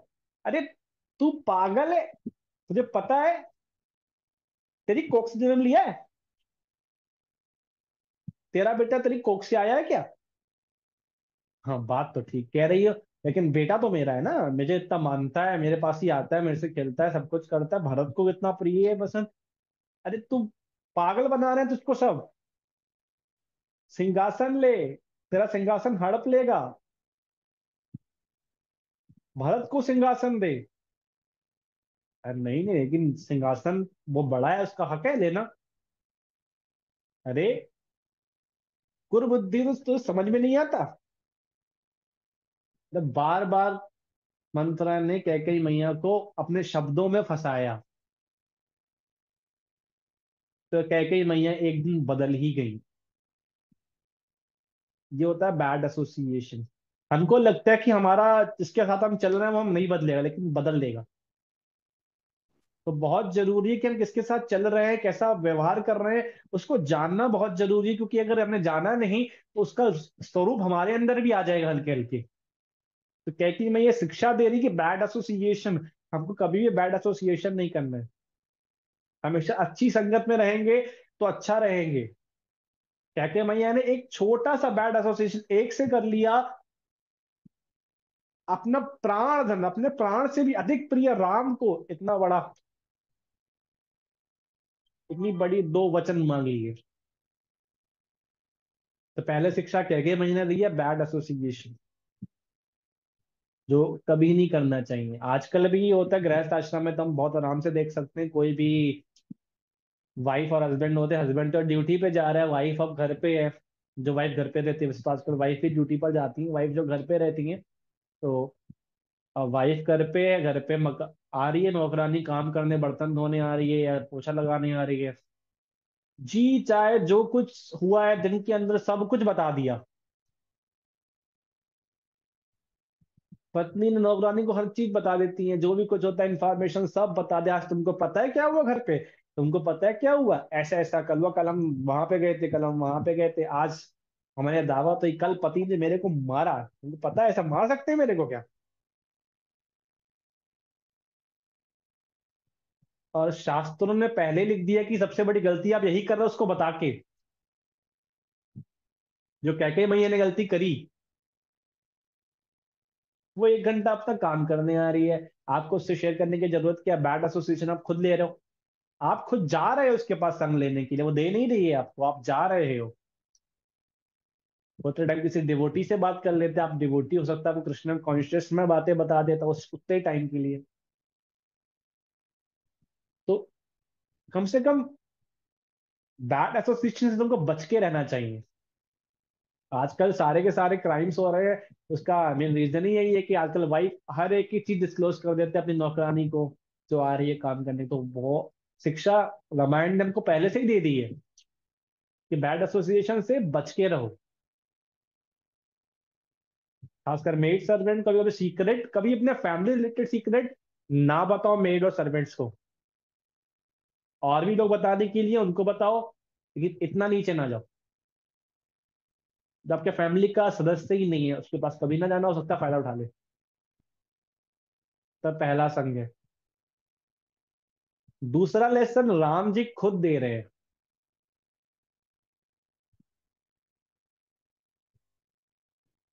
क्या लेसन दिया? कि सुख और दुख दोनों में समान रहना, एक ही वॉइस। सुख आए दुख आए एक जैसा रहना। दशरथ महाराज ने बोला कल ना राज्य सिंहासन होने वाला है, कल राम को मैं सारा राज्य अधिकार दे दूंगा। लक्ष्मण जाके राम को बता दो। लक्ष्मण जी बड़े कूद कूद के गए राम जी के पास। भाई कल आपका राज्य सिंहासन हो रहा है, कल आप राजा बन रहे हो, कल तो बहुत कुछ होने वाला है। राम जी हम्म कोई एक्सप्रेशन नहीं। किसी को बता दो कल आप राजा, कल आप 300 करोड़ की मालकिन बन रहे हो, 300 करोड़ के मालिक बन रहे हो, उसकी खुशी देखो। पूरा घर पूरा मोहल्ला जान जाए कुछ तो हुआ है इनके साथ, कुछ तो खुश है ये। राम जी वह सिंपली काम शांत की थी क्या, राजा ही तो बनना ना इसमें, राजा तो वैसे ही हूँ, ऐसी कुछ बात थोड़ी ना है। एकदम शांत। अगले दिन जैसे ही हुआ, खबर फैल गई चारों तरफ कि बड़ा सन्नाटा हुआ हुआ है। क्या हुआ सन्नाटा? तो सब कुछ बुलाया गया कि क्या हुआ, पता चला, फिर से पता चला, फिर से लक्ष्मण जी को पता चला। ये क्या हो गया? सिंहासन, राम को राज्य नहीं मिल रहा है और राम को 14 साल के लिए वनवास भी जाना है। लक्ष्मण जी क्रोध के मारे, भैया धनुष उठा लो, वार उठा लो, आज लंका जला दूंगा। लंका नहीं, आज अयोध्या जला दूंगा आज। दशरथ महाराज की ऐसी कैसी दोस्ता, ऐसा बोलेंगे? चलो राज्य नहीं देना तो ठीक है, लेकिन इतना भी लोभी होना ठीक नहीं है, रामायण में आता है। लक्ष्मण जी सुना दशरथ महाराज, इतना भी लोभी होना ठीक नहीं होता है कि अपने राज्य के लिए अपने बेटे को 14 साल के वनवास तक दे दो। जरूर भरत ने कुछ करा होगा। उठा लो भैया अपना कोडान, चला दो आज सब पर। नहीं उठा तो मैं अभी पूरी पृथ्वी को फेंक दूंगा उठा के। राम जी को पता चला, राम जी ने बोला पिता कैसे है? हैं? ये क्या बोल रहे हैं भैया? लक्ष्मण पिता कैसे है? उन्होंने इतना बड़ा निर्णय दिया है तो एक बार बात करके आता हूँ। राम जी गए उस भवन के अंदर बात करने। राम जी दशरथ महाराज के पास, जब दशरथ महाराज की आंखों से आंसू आ रहे हैं, कुछ बोल नहीं पा रहे हैं। राम जी पूछते नहीं है, राम जी समझ जाते हैं कैकेज मैया के, भी नहीं राम जी को बोल पाती हैं कुछ। राम जी कहते हैं दशरथ महाराज की इच्छा हुई कि, जैसे ही इच्छा हुई कि राम को रोक दे, अपना वचन वापस ले लें। राम ने तो सोचा अब जाना पड़ेगा। राम जी तुरंत निकल गए कि रघुकुल रीत सदा चली आई, प्राण जाए पर वचन न जाए। राम जी ने बोला कि मेरे पिता का वचन मैं ऐसे नहीं छोड़ सकता। वचन दे दिया एक बार, चाह दो, पिता नहीं चाहते मेरे को बाहर भेजना, पिता चाहते मैं उनका वचन तोड़ दूं। कोई पूछे, दशरथ महाराज भी यही चाहते थे कि ये वाला वचन उनका टूट जाए, वो नरक चले जाए। तो राम ने समझ लिया था कि इस वचन को मैं टूटने नहीं दूंगा, मेरे पिता का वचन था, मैं इसको पूरा करके आऊंगा। ऐसा कौन सा पुत्र आज्ञाकारी इस कलयुग में मिलेगा जो पिता की इतना बड़ा वचन निभा भी वनवास 14 साल के लिए। हमसे जो बोले आप 300 करोड़ के मालिक बनने वाले, खुशी का निशाना नहीं रहेगा, फिर हमसे बोले कि आपको 300 करोड़ देने पड़ेंगे। हैं? मालिक तो बने नहीं, दे कहां से? भैया जेब में 5 रुपए पड़े हैं, आप ले लो, और तो कुछ है नहीं हमारे पास। आपके पिता का वचन है। अब पिता का वचन है, पिता से पूछो, हमसे क्या पूछ रहे हो? 300 करोड़ हमसे क्या मांग रहे हो? गुर्दा बेचेंगे तब भी नहीं मिलेंगे 300 करोड़ तो। पिता का वचन है, पिता से बात करो जाके, पिता कुछ लेना लो जाके। पिता कहा बेटा 300 करोड़ का नुकसान हो गया। अरे नुकसान हुआ तो हम पर क्यों डाल दिया? ऐसे आप घर से आप चले जाओ, हमको अपना नया जीवन जो है ना जीरो शुरू करेंगे, जीरो से अच्छे से शुरू करेंगे, घर चलाएंगे, अपना घर से चलाएंगे अच्छे से, आप चले जाओ। आपके चक्कर में हमसे लोन मांगने आ रहा है। ये कलयुग के बच्चे। राम जी का निर्णय एकदम पक्का था, पिता का वचन, 14 साल के वनवास, कुछ नहीं सोचा कि खाना मिलेगा नहीं मिलेगा, इतने बड़े सिंहासन मिल रहा है, और एकदम शांत लक्ष्मण से बोले लक्ष्मण मैं जा रहा हूं। ये भी नहीं बोला लक्ष्मण तुम चलोगे, ये भी नहीं बोला, किसी से नहीं बोला। तो राम जी ने सिखाया कि सुख और दुख में कैसे समान रहना है, तो भी इक्विपॉइस कैसे करना है। और राम जी सिखा रहे हैं, एक लेसन दे रहे हैं, शिक्षा दे रहे हैं। वचन तो था, तोड़ सकते थे, भगवान तो थे, कोई कहता भी तो क्या कहता उनसे। लेकिन अपना किरदार लोगों को दिखाता था। एक छोटा सा तो वचन था, तोड़ देते, कौन सा क्या जा रहा था, कोई उनको कुछ नहीं कहता। बल्कि प्रजा भी प्रसन्न होते कि राम नहीं जा रहे हैं। प्रजा ने भी बोला था वचन है राम तोड़ दो। राम जी करत बाहर जा रहे हैं, प्रजा बोल रही है वचन तो छोटा सा है, तोड़ दो, हम कुछ नहीं कहेंगे, आप बस हमारे पास रहो, हमारे साथ, और हम आपको वनवास नहीं छोड़ सकते, वन के अंदर नहीं तोड़ सकते, आप रुक जाओ। छोटा सा वचन तो था, तोड़ देते। लेकिन पता था राम जी को कि आने वाला समाज मेरे को अपनाएगा, मेरी शिक्षाओं को अपनाएगा। वचन को निभाया, आगे बढ़े। तो राम ने शिक्षा दी। तीसरी शिक्षा आती है सीता मैया से। सीता मैया इतनी पवित्र थी। तो तीसरी शिक्षा, इसको हम ब्रेक भी लेंगे, क्योंकि तीसरी शिक्षा हम पढ़ेंगे सीता नवमी पे। सीता नवमी आएगी तब सीता मैया की ग्लोरीज पे चर्चा करेंगे अच्छे से। अरे सीता मैया की ग्लोरीज तो राम से भी ज्यादा है। असली में रामायण का मतलब ही सीता मैया की ग्लोरीज का गुणगान करना है। लेकिन हमने किसी ने बताया सीता मैया की ग्लोरी, सीता मैया ने क्या करा, कुछ करा भी है? सबको सीता मैया ने किया असली में, तो ये रामायण उन्हीं से चल रही है। क्या किया है, क्या किया है, इस शिक्षा को हम सीता नवमी की क्लास में कंटिन्यू करेंगे, जब सीता मैया का प्राकट्य महोत्सव होगा सीता नवमी को। चौथी शिक्षा हमको दे रहे हैं लक्ष्मण जी। लक्ष्मण जी ने क्या शिक्षा दी है? लक्ष्मण जी ने सेवा की शिक्षा दी है, कि प्रभु की सेवा कैसे करनी है। राम जी ने बोला कि लक्ष्मण एक काम करो, मैं जा रहा हूं अयोध्या, आप यहीं रुक जाइए, आप देखिए इसमें आपकी यहाँ पे जरूरत है, पिता दुखी हैं, आप यहाँ पर दुख सकते हैं। लक्ष्मण ने बोला प्रभु ऐसा ना बोलो, बस आपका साथ मैं नहीं छोड़ सकता,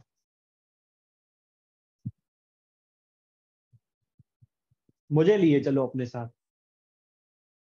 राम ने सोचा वैसे भलाई तो यही है कि इसको साथ में लिए चलता हूं। अब राम जी ने ऐसा क्यों सोचा?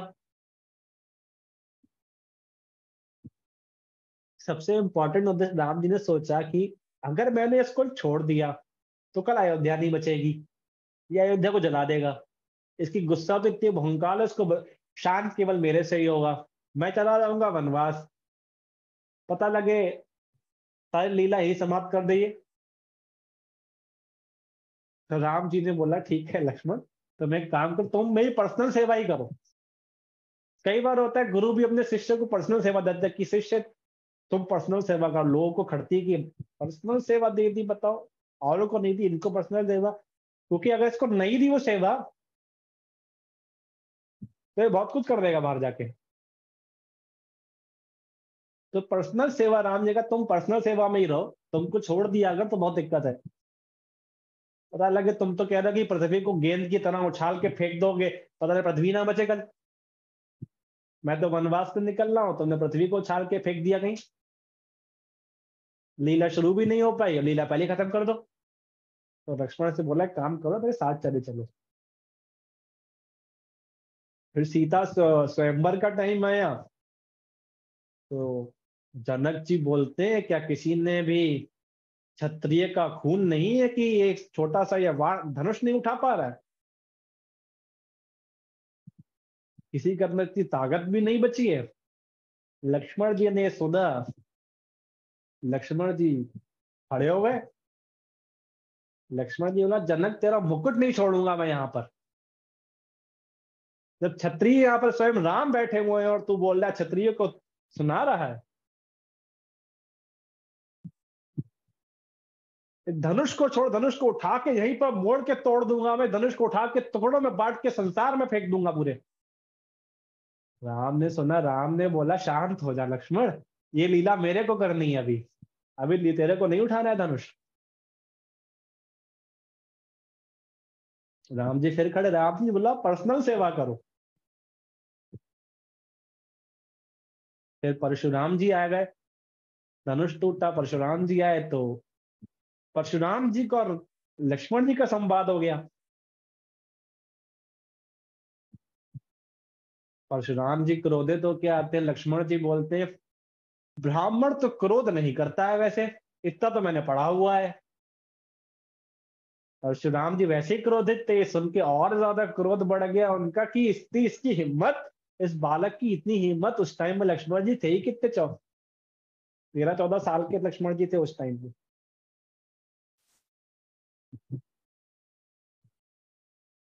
इतनी इसकी हिम्मत, ये बालक इतना बोल रहा है, अभी मैं इसको मृत्यु दंड देता हूं। लक्ष्मण जी बोलते हैं, थोड़ा बहुत तो मैंने पढ़ा है शास्त्र, ब्राह्मण मृत्यु दंड तो नहीं देते हैं, ब्राह्मण खाली पूजा करते हैं, तपस्या करते हैं, ये सब नहीं करते हैं जो बोल रहे हो।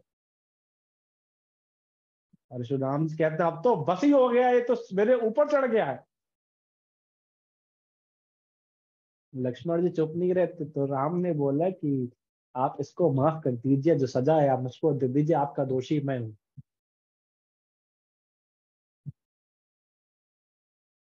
तो लक्ष्मण जी को हमेशा साथ में रखा। लक्ष्मण जी एक चीज दिखा रहे हैं कि राम पर कभी क्वेश्चन नहीं हो सकता।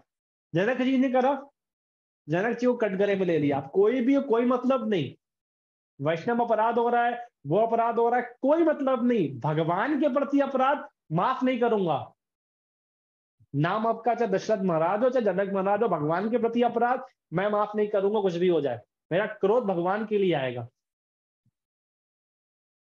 लोग कहते लक्ष्मण जी बहुत क्रोधी थे, क्रोधी नहीं थे, क्रोधी भगवान के लिए होते थे वो। लक्ष्मण जी की कोई जितनी बुराई कर ले उनको कोई दिक्कत नहीं होती थी, ये जैसी राम की बुराई होती थी लक्ष्मण जी को बर्दाश्त नहीं होती थी। सामने से परशुराम जी खड़े हो, बर्दाश्त नहीं है। तो शिक्षा दी है सेवा भाव, कैसे सेवा करते। 14 साल तक लक्ष्मण जी सोए नहीं थे, क्योंकि मेघनाथ को एक आशीर्वाद था, वरदान था कि उनको एक ब्रह्मचारी मार सकते, जिसने 14 साल तक ब्रह्मचारी का व्रत पालन किया हो, 14 साल तक कोई स्त्री के साथ संग ना किया हो, कोई स्त्री के साथ बातचीत रहा ना हो, 14 साल तक सोया ना हो, केवल ब्रह्मचारी का पालन कराओ, वही मेघनाथ को मार सकता था। इसीलिए शास्त्र कहते हैं लक्ष्मण जी ने 14 साल तक, लक्ष्मण जी सोए नहीं। राम जी सोते थे, लक्ष्मण जी पहरेदारी करते थे बाहर, सोए नहीं 14 साल तक। ऐसा कौन सा भाई है जो 14 साल तक अपने भाई के लिए कर देगा ऐसा कलयुग में। अपनी खुद की बीवी को छोड़ आया है प्रभु की सेवा के लिए। ये लक्ष्मण जी सीख दे रहे हैं। कि प्रभु की सेवा सर्वोपरि है। मैं सेवा के लिए कुछ भी करूंगा, सामने कोई भी हो मैं डरूंगा नहीं। हम क्या होता है, कोई दूसरा कोई प्रभु की बुराई कर रहा है, कोई शंकराचार्य की फिलॉसफी को समझा रहा है और उसने प्रभु की बुराई कर दी, उनके चलो चुप जाते हैं, वरना भैया शंकराचार्य का फिलॉसफर वाले कुछ काट दे हमारी बातों को। चुपना नहीं है, लक्ष्मण जी नहीं चुपे। सामने से परशुराम जी भी क्यों ना, अगर प्रभु के ऊपर दोष आरोपण होगा तो चुपेंगे नहीं। ये लक्ष्मण जी ने सीख दी है। चौथी सीख दी है भरत महाराज ने। पांचवी सीख भरत महाराज ने दी है। भरत जी ने क्या दिया? वैसे भरत का मतलब होता है जो भार उठाता है। सबसे बड़ा भार तो भरत जी ने ही उठाया रामायण के अंदर। कहते हैं भार भरत जी ने कैसे उठाया? भार तो बाकी सब ने उठाया, भरत जी तो उठाया ही नहीं। सबसे ज्यादा भार भरत जी ने उठाया राज्य का भार। उन पर राज्य का एक भार डाल दिया कि राज्य संभाले वो। भरत जी ने वो राज्य संभाला। कैसे संभाला? पूरा भार अपने ऊपर लाद लिया। उनको बहुत भारी लग रहा था कि मेरे से राज्य नहीं संभाल रहा, मैं राज्य संभालने के लिए नहीं आया हूं यहाँ पर। भरत जी ने प्रभु की सेवा कभी नहीं लांघी।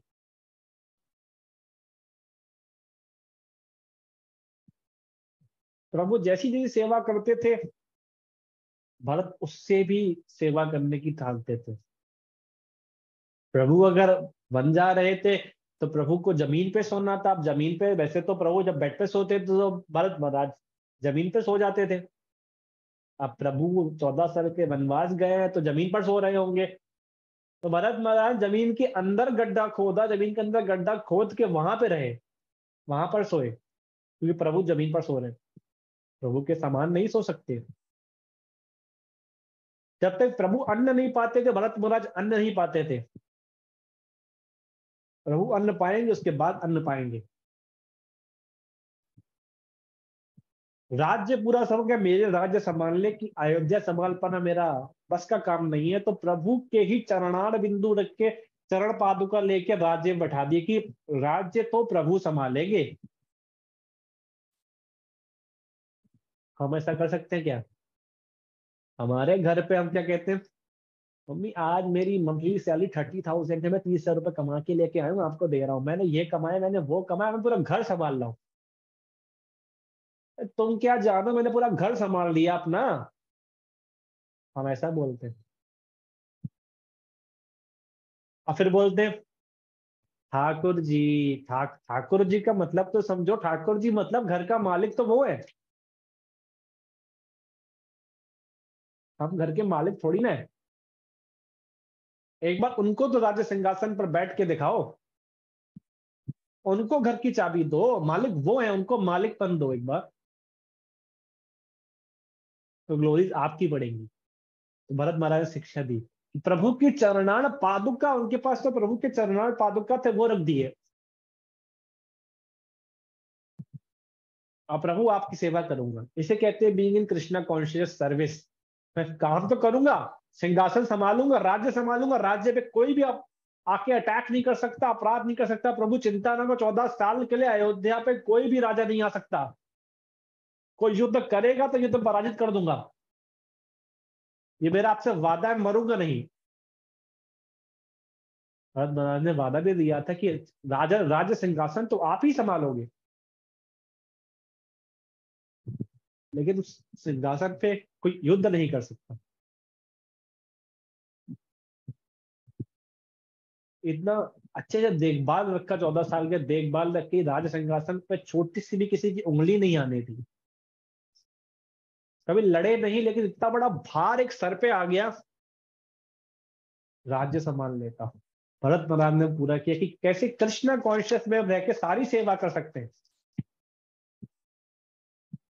पूरा राज्य संभाला, जितने भी हर्डल्स आएंगे सब आएगा, हम संभाल सकते हैं केवल अपनी ह्यूमिलिटी से। अगर हम विनम्र हैं तो हर चीज को फेस कर सकते हैं। विनम्रता छोड़ दी, चीजों को फेस करना भूल जाएंगे। विनम्र आदमी डिसीजन अच्छे लेता है, जो विनम्र नहीं, डिसीजन लेने में दिक्कत होती है उसको। कहते हैं यार मैं डिसीजन नहीं ले पाता, बाकी सबको लेता हूँ, तो यार विनम्र नहीं है, आपको हड़बड़ी बहुत है, आपको बहुत कुछ करना, उसमें कुछ नहीं कर पाते। कुछ तो कर लो। तो विनम्रता भरत जी सिखाते हैं। हनुमान जी उड़ रहे थे, इतना बड़ा पर्वत लेके उड़ रहे थे, ताकि लक्ष्मण जी को बचाना था, तो हनुमान जी को सेवा दी गई थी। हनुमान जी पर्वत लेके उड़ रहे थे, अयोध्या से ही निकल रहे थे हनुमान जी। भरत महाराज ने देखा शायद कोई शत्रु आ रहा है, आक्रमण करने बहुत तेजी से आ रहा है। हनुमान जी की गति बहुत तेज थी, उस गति को समझ पाना बहुत मुश्किल था। भरत महाराज ने देख लिया, भरत महाराज नीचे से तीर फेंका और हनुमान जी को मार दिया। इतना तेज निशाना किसी का नहीं है। वाल्मीकि रामायण में वाल्मीकि जी इस चीज को लिख रहे हैं कि ऐसा तीव्र निशाना था कि हनुमान जी की गति बहुत तेज उड़ने की। भरत महाराज ने वो तिनके की तरह देख के एकदम पकड़ लिया। हनुमान जी उठे, जब देखा कि हनुमान जी राम राम राम, भरत महाराज को लगा ये क्या कर दिया मैंने, तो भक्त लग रहा है प्रभु का। उठाया उनको, तो क्या हुआ है, कहाँ जा रहे थे आप, सब बताया कि लक्ष्मण जी ऐसा ऐसा है। भरत महाराज ने बोला मैं अभी एक वाण दूसरा चला देता हूं, उस वाण के ऊपर बैठ के आप 1 सेकंड में पहुंच जाओगे। नहीं नहीं, मैं खुद चला जाऊंगा, मेरी सेवा है आप करने। तो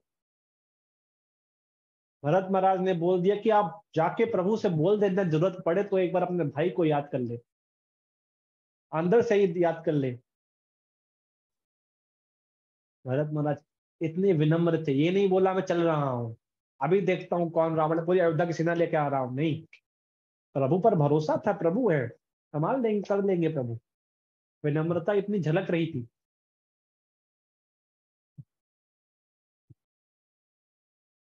तो ये विनम्रता का शिक्षा दी हमको भरत महाराज ने।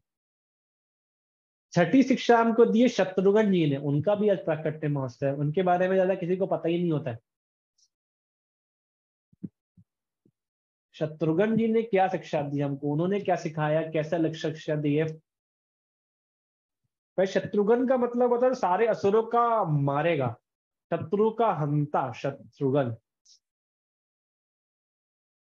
सारे के सारे शत्रुओं को मार देगा। बट हमने शास्त्रों में, रामायण में पढ़ा है कि इन्हें शत्रुघ्न जी ने तो शत्रुओं को मारा ही नहीं। शत्रुओं को भरत महाराज ने हाँ मारा, राम जी ने तो मारा ही मारा, लक्ष्मण जी ने मारा, शत्रुघ्न जी ने कब मार दिया। ऐसा कोई प्रसिद्धि, ऐसा भी कुछ हुआ है। शत्रुघ्न जी को इसीलिए बोला जाता है कि उन्होंने अब सबसे बड़े शत्रु अपनी इच्छा को ही मार दिया। तो इच्छा को कैसे मार दिया, सबके पास अपनी अपनी सेवा थी, सबने अपनी सेवा बांट ली। राम लक्ष्मण जी ने बोला कि मैं राम की सेवा करता हूँ, भरत जी ने भी बोला। अब शत्रुघ्न जी के पास चॉइस पड़ रही थी, करूँ तो करूँ क्या, मैं किसकी सेवा करूं। एक समझते राम की सेवा, दूसरी भरत की सेवा। अब राम की सेवा करूं या राम के भक्तों की सेवा करूं, किसकी सेवा करूं। अपनी स्वयं की इच्छा को मार के, शत्रुघ्न जी की बहुत इच्छा थी कि राम की सेवा करें, बट उसको त्याग के उन्होंने बोला ठीक है मैं भरत जी आपकी सेवा करूंगा, भक्तों की सेवा चूज करी।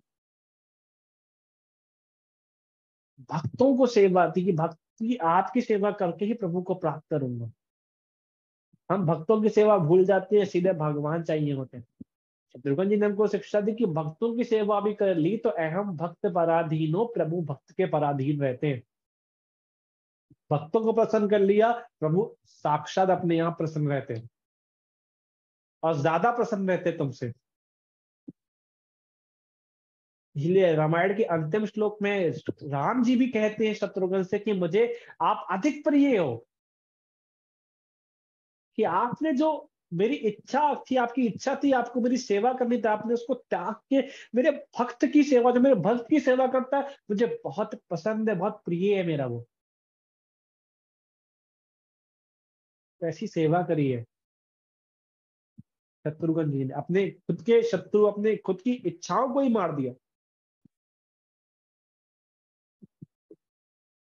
केवल प्रभु की सेवा के लिए, प्रभु के भक्तों की सेवा के लिए। भरत महाराज की हमेशा सेवा करी। जब जमीन की नीचे भरत महाराज रह रहे थे, शत्रुघ्न जी ऊपर पहरेदारी करते थे, कोई आ ना जाए मेरे भाई को। हमेशा भरत जी को चूज किया था कि भक्तों की सेवा हमेशा करता रहूंगा मैं। एक बार ऐसे ही प्रभु के पाँव में कंकड़ चुभ गया। प्रभु कह रहे कंकड़ लग रहा है मेरे को बहुत जोर। सबने निकालने की कोशिश करी, सीता मैया को बोला कि सीता मैया आप निकाल, सीता मैया चुकी, सीता मैया ने निकाला। प्रभु बहुत पहना है, ये तो मेरे तो हाथ बहुत कोमल है, मेरे से तो नहीं निकलेगा ये। लक्ष्मण से बोला कि तुम ही निकाल दो, तुम तो बड़ा विकराल रहते हो हमेशा, निकाल दो इसको। तो लक्ष्मण जी ने निकाला तो लक्ष्मण जी से भी नहीं निकला।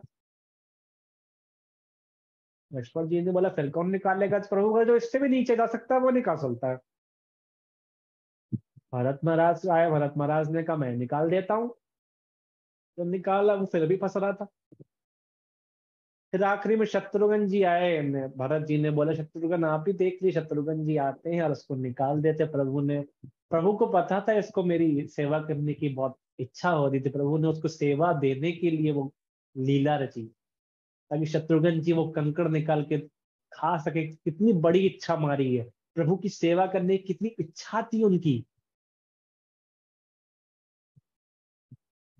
तो ये ऑफर भरत महाराज निकाल सकते थे उसको, लेकिन भरत महाराज ने नहीं निकाला, क्योंकि वो दे रहे थे। गुरु भी चाहता है अगर आप गुरु की ऐसी सेवा करो तो गुरु अपनी सेवा, अपनी स्वयं की सेवा आपको पकड़ा देगा कि आप प्रभु की सेवा कर लो समक्ष जाके। शत्रुघ्न जी ने इतना बड़ा शत्रु का हनन किया है।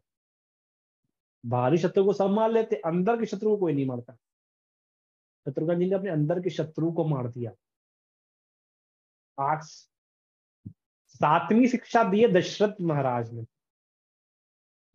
बहुत इंपॉर्टेंट शिक्षा दी है। दशरथ महाराज 10 दिशाओं में उनका रथ घूमता था। 10 दिशाओं में जब चलते, 10 दिशाओं में उनका रथ घूम सकता था। बहुत पराक्रमी थे।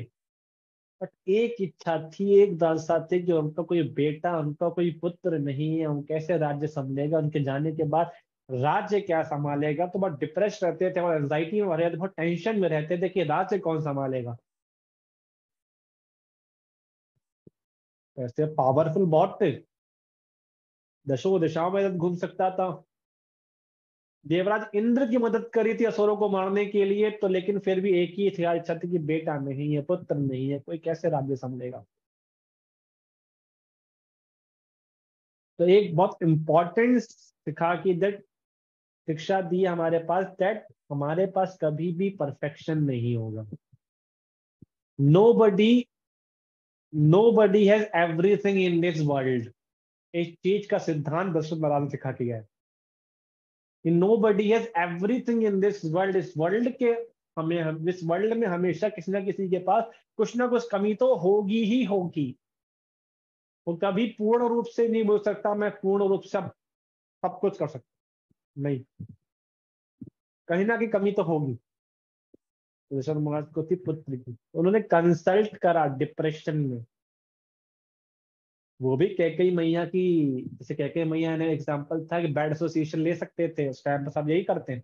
कोई दुख आता है क्या करते, ड्रिंक शुरू कर देते हैं, दारू वारू पीने लगेंगे, परेशान हो जाएंगे, एक जगह पर बैठ जाएंगे, कुछ करेंगे ही नहीं, पड़े रहेंगे, परेशान रहेंगे। दशरथ महाराज ने ऐसा नहीं करा बैड एसोसिएशन, उन्होंने गुड एसोसिएशन करा। तुरंत वशिष्ठ मुनि से पूछा कि मैं क्या कर सकता हूँ। वशिष्ठ मुनि ने बताया आप यज्ञ कीजिए, प्रभु की भक्ति कीजिए, प्रभु की सेवा कीजिए, सुपुत्र होगा। तो पुत्र हुआ, राम आए, क्योंकि गुड एसोसिएशन का दशरथ महाराज ने। हम कभी परफेक्ट हो ही नहीं सकते, इसीलिए हमारे जीवन में मेंटोर, मार्गदर्शक होना बहुत जरूरी है। दशरथ महाराज ने सीख दी। हमें डिस्कस करना चाहिए और अच्छे से लीलाओं को समझना चाहिए। ये दशरथ महाराज ने हमको सीख दी है। आखिरी सीख जो दी है, 8वीं सीख और लास्ट सीख भी है ये। वैसे तो रामायण में बहुत सारी शिक्षा है, लेकिन समराइज में शिक्षा जो हमको मिली है वो रावण ने दी है। क्वेश्चन आता है, रावण ने भी कुछ शिक्षा दी है क्या? कुछ कहीं पर क्या वर्णन आता है रावण की शिक्षा का? तो हाँ, रावण की शिक्षा का भी वर्णन आता है, रामायण में ही आता है। जब रावण ने आखिरी में शिक्षा दी, क्या दी? जब राम ने रावण को मार दिया तो लक्ष्मण से बोला कि जाओ कुछ पूछ के आओ। अब कई लोग इसमें डाउट रहते हैं कि क्या राम ने भेजा नहीं भेजा, भेजा नहीं भेजा, भेजा नहीं भेजा। असल में तो भेजा था राम ने। वाल्मीकि रामायण में चर्चा करेंगे तो भेजा है।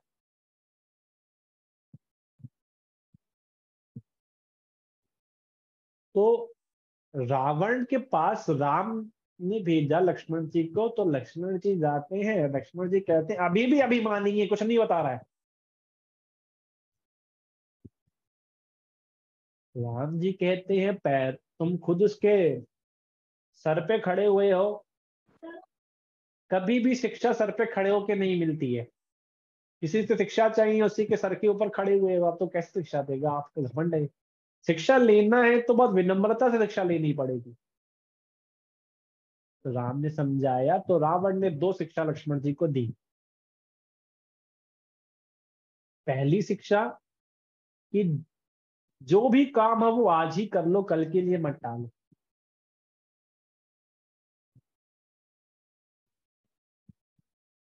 कल के लिए टालोगे तो दिक्कत होगी। रावण स्वर्ग के लिए सीढ़ी बना रहा था।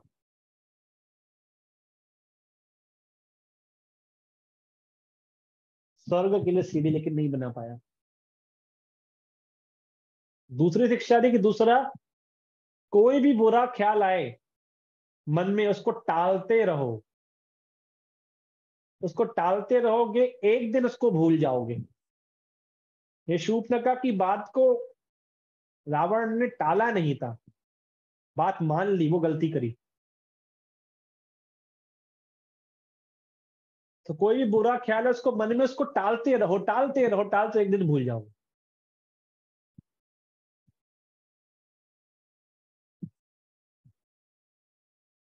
ये सारी की सारी शिक्षाएं हमको मिली है रामायण से। आप इसमें हम कहते हैं कि कई सारे लोग आते कहते हैं अच्छी राम ना बहुत, बच्चे खासकर बोलते हैं, हम बड़ी अभी नवरात्रि खत्म होती, कहते हैं Ram how, Ram is somewhat boring character. Ram की लीला पढ़ने में मजा नहीं आता प्रभु जी। एक बच्चे ने प्रश्न मेरे से एक बार पूछा था कि Ram is little bit a boring character. मैंने character, is a god first of all. Ram is a boring character, वही बोरिंग बोरिंग क्या था, कुछ मजा नहीं है। अच्छा, look like Ravan, how ferocious he was, how battleful he was. ऐसा वर्णन गलती पेरेंटिंग की है, हमने पेरेंट्स ने सिखाया ही नहीं। तो वो जो पढ़ रहा था, सीख रहा था, वो सीख सीख के आया। तो आखिरी में वो बोला, बहुत कुछ बोल रहा था, मैंने फिर एक छोटा सा स्टेटमेंट दिया। मैंने कहा that ferocious battleful Ravan was simply killed by Ram in just one arrow. आपको फेरोशियस रावण को राम ने एक ही झटके में मार दिया था।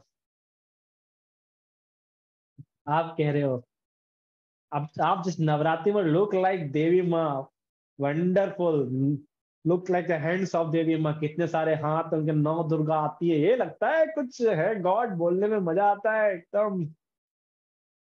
ये क्या 2 हाथ लेके आप भगवान बना रहे हो, ये कुछ, तो भगवान हाथ थोड़ी ना लेगा।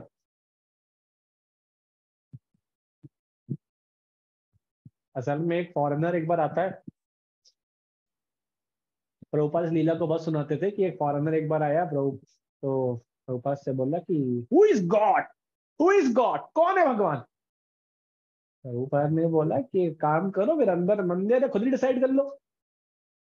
तो जाता है अंदर, मंदिर के अंदर वो घुसता है, पहला दिखता है कि सबसे पहले बैठे हुए हैं ब्रह्मा जी, 3 मुख हैं और माला जप रहे हैं, कमंडल हाथ में है। कि ये तो माला जप रहे हैं, किसी ना किसी को, मतलब भगवान तो नहीं है, किसी ना किसी को जप रहे होंगे, तो ही can not be called as God. ठीक है, आगे बढ़ते हैं।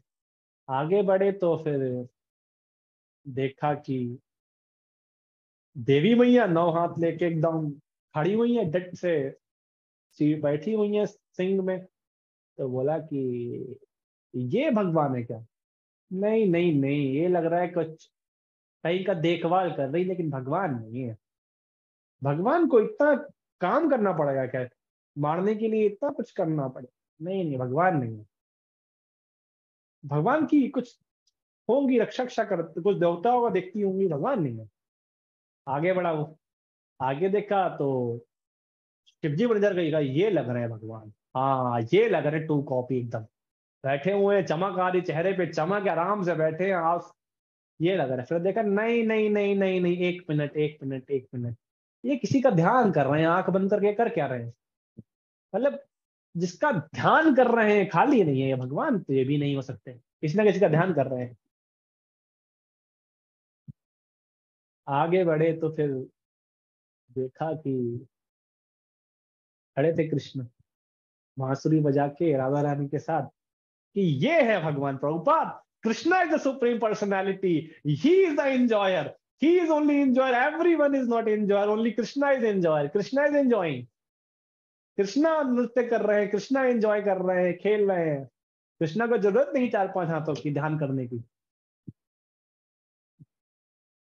तो वो एक झटके में उसने बता दिया कि who is supreme personality. Prabhupada लीला को बहुत गुणगान करते थे, क्योंकि खुद जिसकी हम बात करते हैं उन्होंने बोला है, दुर्गा जी पद्म पुराण में क्या बोलती है, बहुत सुंदर चर्चा बोलती है, रामाय रामभद्राय रामचंद्राय वेदसे रघुनाथाय नाथाय सीतापतये नमः। रामाय रामभद्राय, एक राम सारे पापों को दूर कर सकता है, मेरी तरफ क्यों हुआ? तो भक्त पूछते हैं, हे दुर्गा देवी, हे पार्वती मैया, कैसे प्रसन्न करूं मेरे बहुत पापों से? दुर्गा मैया बोलती, 1 मिनट रुको तो, मेरे पास क्यों आ रहे हो? राम का नाम इतना पावरफुल है, बोलने से ही सारे पाप दूर हो जाते हैं, मेरे पास क्यों आ रहे हो? रामाय राम भद्राय, जितने भद्र जीव क्यों ना हो, राम का छोटा सा नाम सारे पाप दूर कर दे। कैसे दूर कर देगा? कभी भी हमको बहुत सारे पाप होते हैं, हम कहते हैं बहुत पाप, क्या करें? राम का नाम कैसा हम बोलते हैं? रा, रा मतलब सारे के सारा अंदर के पाप निकल गए, रा। फिर बोलते हैं राम, मुंह बंद, पाप गए, राम अब अंदर नहीं आएंगे, अब मुंह बंद कर लिया। ये पार्वती मैया पद्म पुराण में बोल रही कि राम का नाम बोलने से एक बार ही सारे पाप गए। राम, रा, पाप गए, माँ बंद कर लिया, अब कोई पाप नहीं आ सकता अंदर, पहले पाप सारा बाहर फेंक दिया, अंदर नहीं एंट्री है, बाहर जाओ। तो राम का नाम इतना पावरफुल है कि वही पार्वती मैया कर रही है, बोलती राम से बड़ा राम का नाम।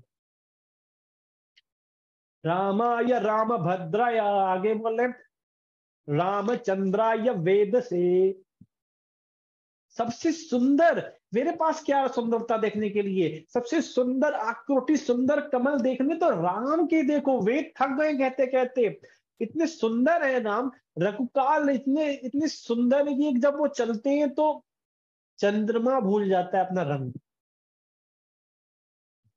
उनके पास जाओ, वेद थक गए तारीफ करते करते राम की, सबसे सुंदर वो राम है, उनके पास जाओ। आगे बहुत अच्छी लाइन बोली है,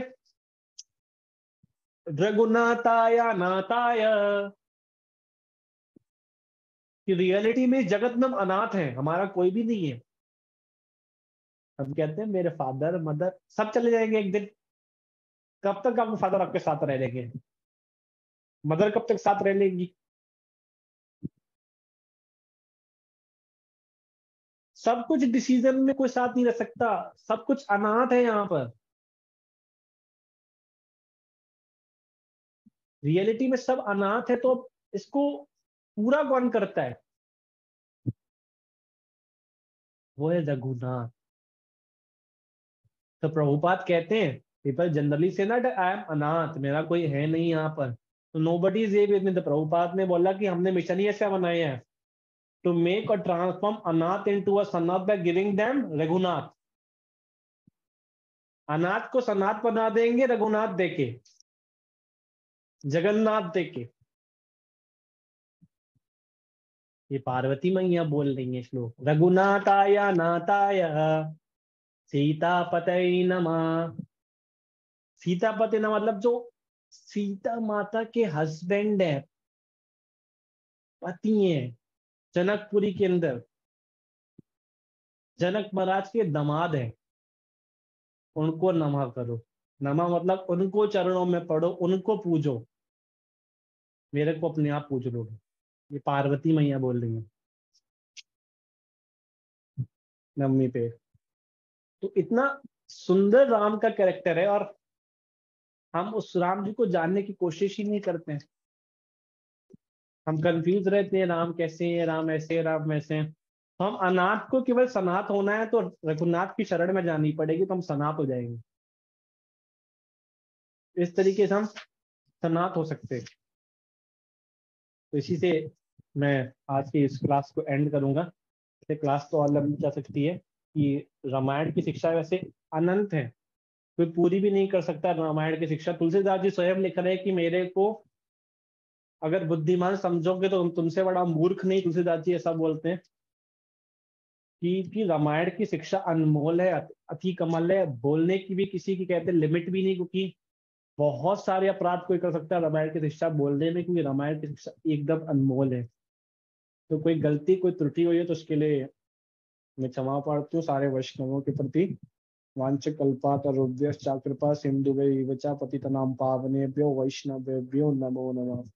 श्री रामनवमी महामहोत्सव की जय। तुलसीदास जी की जय। श्रील प्रभुपाद की जय। श्री रामायण महाग्रंथ की जय। हरे कृष्णा। आप कोई प्रश्न तो प्रश्न ले सकते हैं, फिर हम लोग क्लास को एंड करेंगे। Thank you so much to all for joining the class. ये सपर्णा माता जी, आप पूछिए प्रश्न।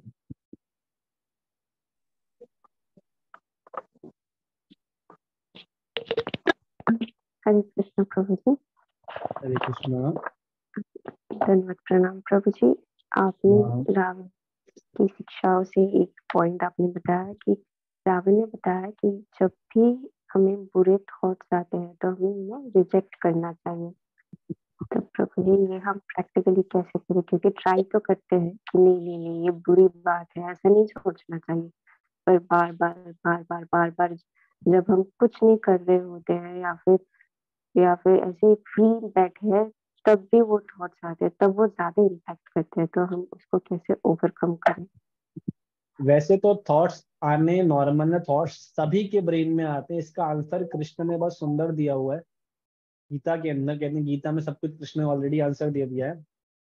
कृष्ण बोलते हैं, श्री भगवत गीता के दूसरे अध्याय में ही बोलते हैं कृष्ण की किस तरीके से हम थॉट प्रोसेस को हम दूर कर सकते हैं। कृष्ण ने एक पूरा प्रोसेस दिया है किस तरीके थॉट हमको गिरा देते हैं। तो कृष्ण ने बोला ध्याया ये तो विषयान पुंस संगश तेषु पाजयते संगस संजयते कामा कामत क्रोधो जायते। इसका मतलब क्या कृष्ण बोल रहे हैं कि सबसे पहला प्रोसेस होता है किसी के पता होने का ध्यान करना। थॉट प्रोसेस के दिमाग में आता है, उसको वो एक्सेप्ट कर लेता है। एक्सेप्ट कर लेता है, उसके बाद सारा का सारा प्रोसेस कंटिन्यू चलता रहता है, चलता रहता है। आखिरी में आता है क्रोधत भवति सम्मोह सम्मोह स्मृति विभ्रम स्मृति ब्रह्मसात बुद्धि नाशो बुद्धि नाशत प्रणश्यति। मतलब उसका बुद्धि नाश प्रणश्यति किससे स्टार्ट होता है? सबसे पहले थॉट प्रोसेस से। प्रभुपाद इसको अच्छे से समझाते हैं। प्रभुपाद कहते हैं अगर किसी को थॉट प्रोसेस आया उसके बाद दो चॉइस है, या तो उसको एक्सेप्ट कर ले या तो रिजेक्ट कर दे। एक्सेप्ट कर लिया तो पूरा का पूरा श्लोक कंटिन्यू चलता रहता है। ध्यान करेगा, उसका संग करने की कोशिश करेगा, एसोसिएट करेगा उस चीज से, गलत काम कर देगा, फिर उसकी बुद्धि नाश होगी, फिर क्रोध भी करेगा, क्रोध करने के बाद उसकी बुद्धि नाश हो जाएगी, फिर प्रणश्यति उसका पतन हो जाएगा। मतलब वो गलत चीज कर बैठेगा एक्सेप्ट करने के बाद। तो प्रभुपाद कहते हैं दूसरी चॉइस हमेशा अच्छी, उसे रिजेक्ट कर देना चाहिए। अब रिजेक्ट करना चाहिए, तो भक्तों ने पूछा कि अगर मान लो कुछ से आगे निकल चुका, क्रोध की सीढ़ी पे आ चुका, तो क्या वापस आ सकता है? प्रभुपाद ने बोला अगर थॉट एक्सेप्ट कर लिया एक बार तो वापसी नहीं है, प्रणश्यति होके रहेगा, पतन होके रहेगा। कि ये काम बहुत तेजी से होता था, तो बेस्ट क्या उसको रिजेक्ट करना। डिवोटी ने पूछा कि प्रभुपाद को रिजेक्ट कैसे करें? ये थॉट आया, उसको रिजेक्ट करना मतलब बहुत बड़ा काम है ये। How to reject the thought? Prabhupada ने बोला सिंपल है, बाय डिवोटी एसोसिएशन। बिना डिवोटी एसोसिएशन के उसको रिजेक्ट आप कर ही नहीं सकते। आपकी लिमिट ही नहीं है, इतने पावरफुल ही नहीं हो कि आप लड़ सको, कि आप उन्हीं के सम्राट में हो, माया देवी के आप किंगडम के अंदर हो, उनका राज्य है यहाँ माया देवी का। उनके राज्य के अंदर इतने ताकतवर आप नहीं हो कि अकेले संभाल लो। इसलिए प्रभुपाद ने सोसाइटी बनाई हो, डिवोटी एसोसिएशन। कि डिवोटी एसोसिएशन जैसे ही आता है तो थॉट प्रोसेस रिजेक्ट कर सब। वो थॉट आया कि हम साथ में रहते हैं, मान लो साथ में आते सब रहते हैं। मैंने बोला कि काम करते हैं, 4 बज रहा है, चलो आज क्लब श्लब चलेंगे, थोड़ा क्लब श्लब पार्टी वार्टी कर लेंगे, क्लब श्लब चल के आनंद आएगा। पड़ोस में जा रहे होंगे, अच्छे से सजदत के जा रहे होंगे क्लब श्लब, कोई डिवोटी मिल जाएगा, हरे कृष्णा प्रभु जी मंदिर चल रहा हूँ, चलोगे? चलिए प्रभु जी, फिर मंदिर चल लेते हैं। तो अगर आपको लोग ऑलरेडी जान जाएंगे तो वो जाने ही रहेंगे। 4 लोग आपकी फैमिली में है, चारों लोग 4 बजे उठ रहे हैं, अब आप इकलौती हो जो 8-9 बजे उठ रहे हैं आराम से। मैंने क्या 8-9 बजे उठूंगी आराम से। अब वही फिर आप 8-9, आप तो 8-9 बजे उठते हो कि आपके घर की हैबिट है 8-9 बजे उठना। अब वही आप वृंदावन की कोई कथा में आ रही है, वृंदावन का हमारा यात्रा जा रही, यात्रा में आप देख रहे हो 4 बजे उठ रहे हैं, 5 बजे सब अपना बिस्तर छोड़ रहे हैं। बस भक्तों का संग मिला नहीं, तो देखा 6 बज गए और देखा सब बेड खाली है, आसपास कोई है ही नहीं बेड बेड। भैया उठो, लेट हो गए। 6 बजे बिस्तर छोड़ दोगे, 9 बजे उठने वाली। ऐसा क्यों है? क्योंकि आप भक्तों का इस देख रहे हैं, भक्तों का संग भक्त देना चाह रहे हैं, नहीं देना चाह रहे, कोई फर्क नहीं पड़ता, अपने आप मिल जाता है। इसे कहते हैं डिवोटी एसोसिएशन। प्रभुपाद कहते हैं इस्कॉन में आना तो आपकी मर्जी है। अब लोगों ने पूछा जाना, प्रभुपाद ने स्टेटमेंट ही कटा हुआ है यहाँ पर, जाना यहाँ पर अलाउड ही नहीं है। ये बात नारद मुनि ने भी बोली कि सोच समझ के सौदा कियो, यो नंद को लाल यो बड़ो व्यापारी। एक बार आ गए कृष्ण के पास, या तो आओ ना, अगर आ गए हो तो वापसी का टिकट कृष्ण देते नहीं है। और कृष्ण नहीं देते, कृष्ण के भक्त प्रभुपाद तो बिल्कुल नहीं देते हैं। कृष्ण फिर भी छोड़ देंगे, प्रभुपाद कहेंगे नहीं, पकड़ के रखते हैं। 2 साल हो गए भक्ति में, फोन स्विच ऑफ कर लिया, सब कुछ खत्म, खाली पड़े है, भक्ति छूट गई है, कुछ नहीं हो रहा। 2 साल बाद फोन जैसे ही खोलोगे,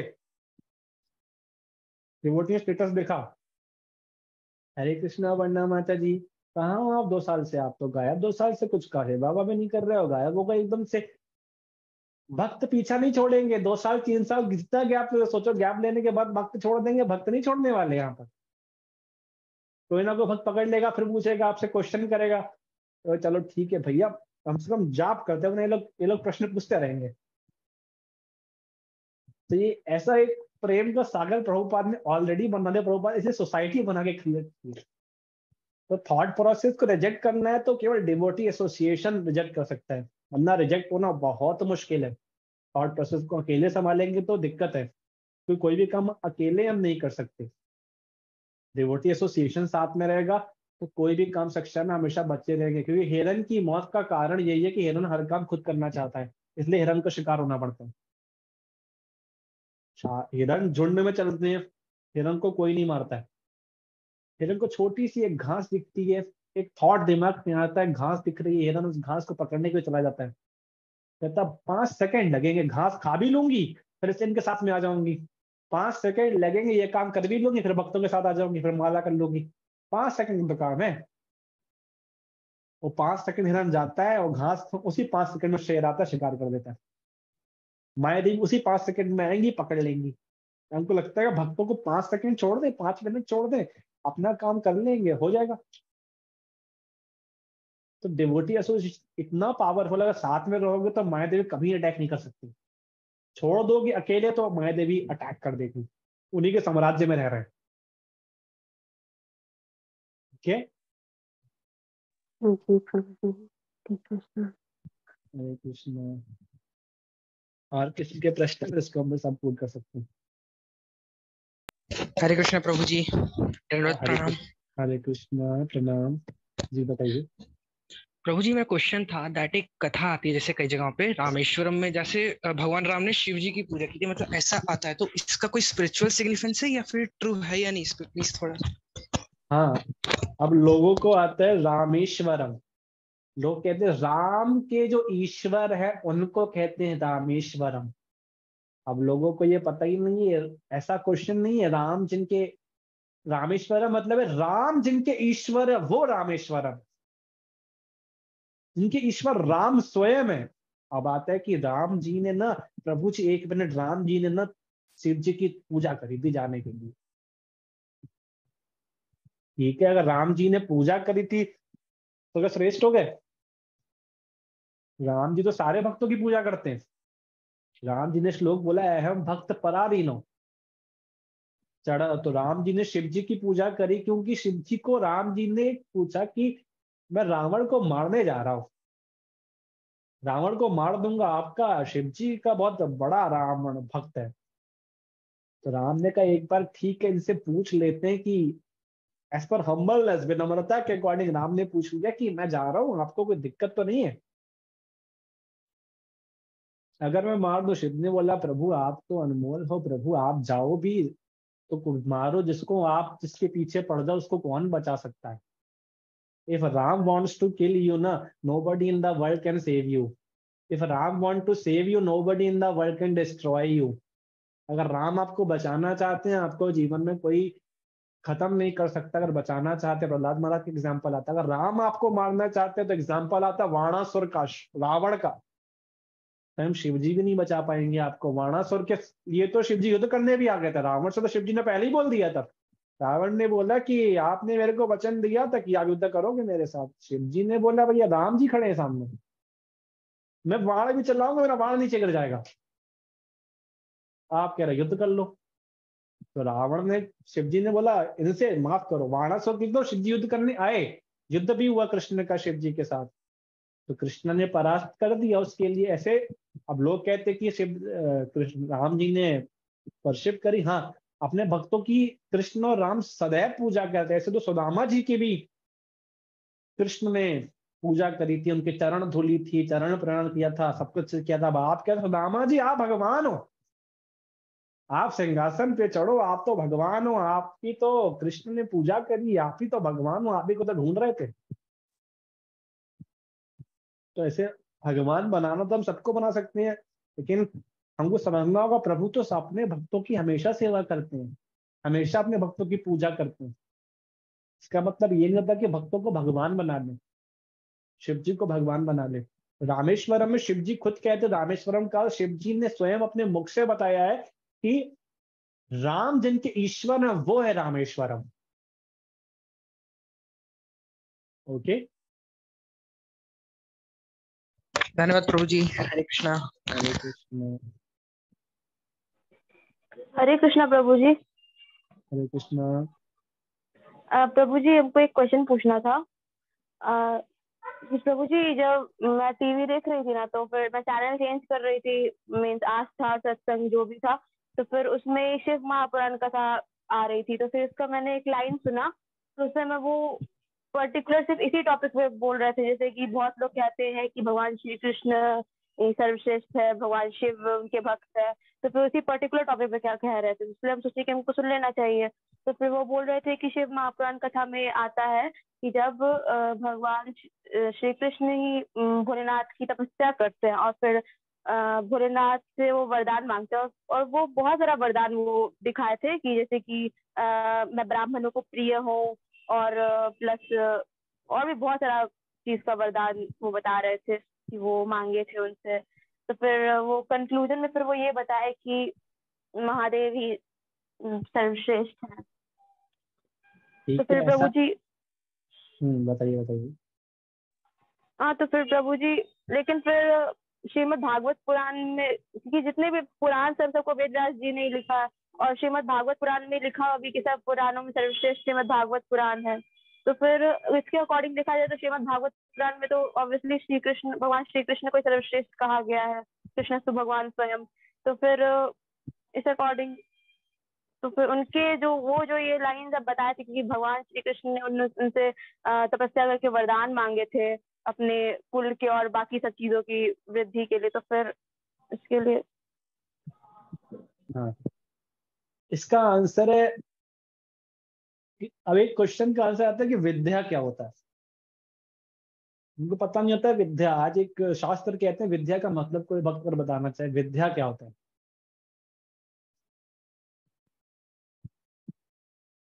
हम बचपन से कहते हैं ना हमको विद्या बढ़ानी चाहिए, तो विद्या होता क्या है तो बताएगा शास्त्र क्या कहते हैं, विद्या किसको आता है। स्किल्स प्रभु जी, किसको आता है? स्किल्स। वॉइस कट रही है आपकी। स्किल्स। नहीं, वॉइस आपकी पूरी क्लियर नहीं आ रही है। और क्यों बताना चाहेगा विद्या किसको कहते हैं? स्किल्स को नहीं। प्रभु जी शास्त्र, नॉलेज अबाउट द, सही नॉलेज होना, शास्त्रों का नॉलेज होना। शास्त्र का नॉलेज होना भी विद्या क्या नहीं क्या आता है। मतलब? Prabhu ji, knowledge about the absolute truth. ये भी विद्या नहीं है।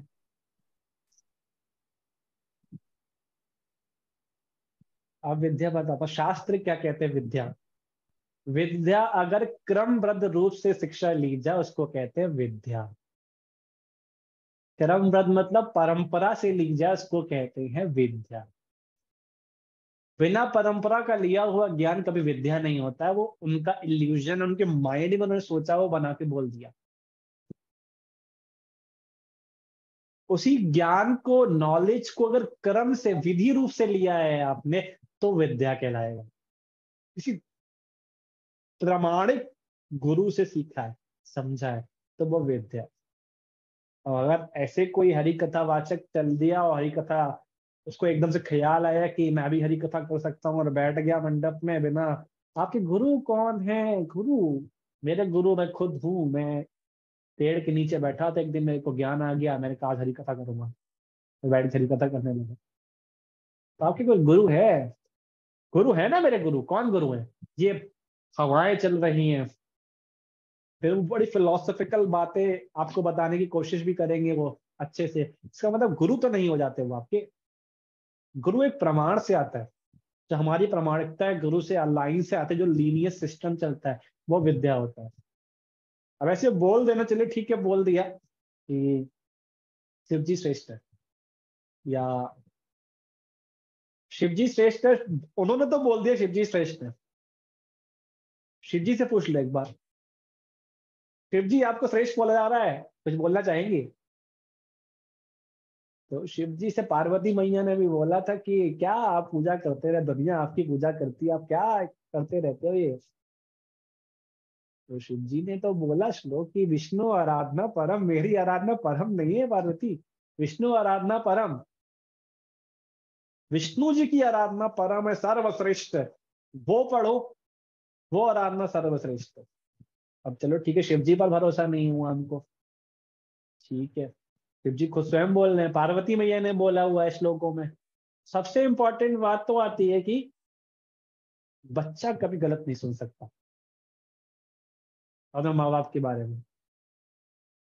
कृष्ण बोल रहे हैं कि सर्वधर्मान परित्याजो मम एकम शरणम व्रज अहम त्यो सर्व पापेभ्यो मोक्षयिष्यामि मा शुचा। समस्त धर्मों का परित्याग करके केवल मेरी शरण में आ जाओ, मैं समस्त पापों से तुम्हारा उद्धार करूंगा, डरो मत। ये कृष्ण ने गीता के भागवत गीता में बोला, 18वें अध्याय के 61वें श्लोक में बोल दिया। अब देखा जाए भगवत गीता और महाभारत लिखी तो गणेश जी ने है, होली वेद व्यास जी ने है। अगर कोई डाउट या दिक्कत श्लोक में होती तो गणेश जी बोलते, 1 मिनट रुकिए वेद व्यास जी, क्या बोल रहे हो ये, थोड़ा सा सोच रहे हो, सोच विचार के बोलो, मेरे पिता का नाम भूल गए, मेरी माता को भूल गए। माम एकम शरणम वर्जा, केवल इनकी शरण में जाना है। ये लिखो माम शिव शरणम वर्जा, माम दुर्गा शरणम वर्जा, फिर बोलो माम एकम शरणम वर्जा। ऐसा नहीं बोला गणेश जी ने।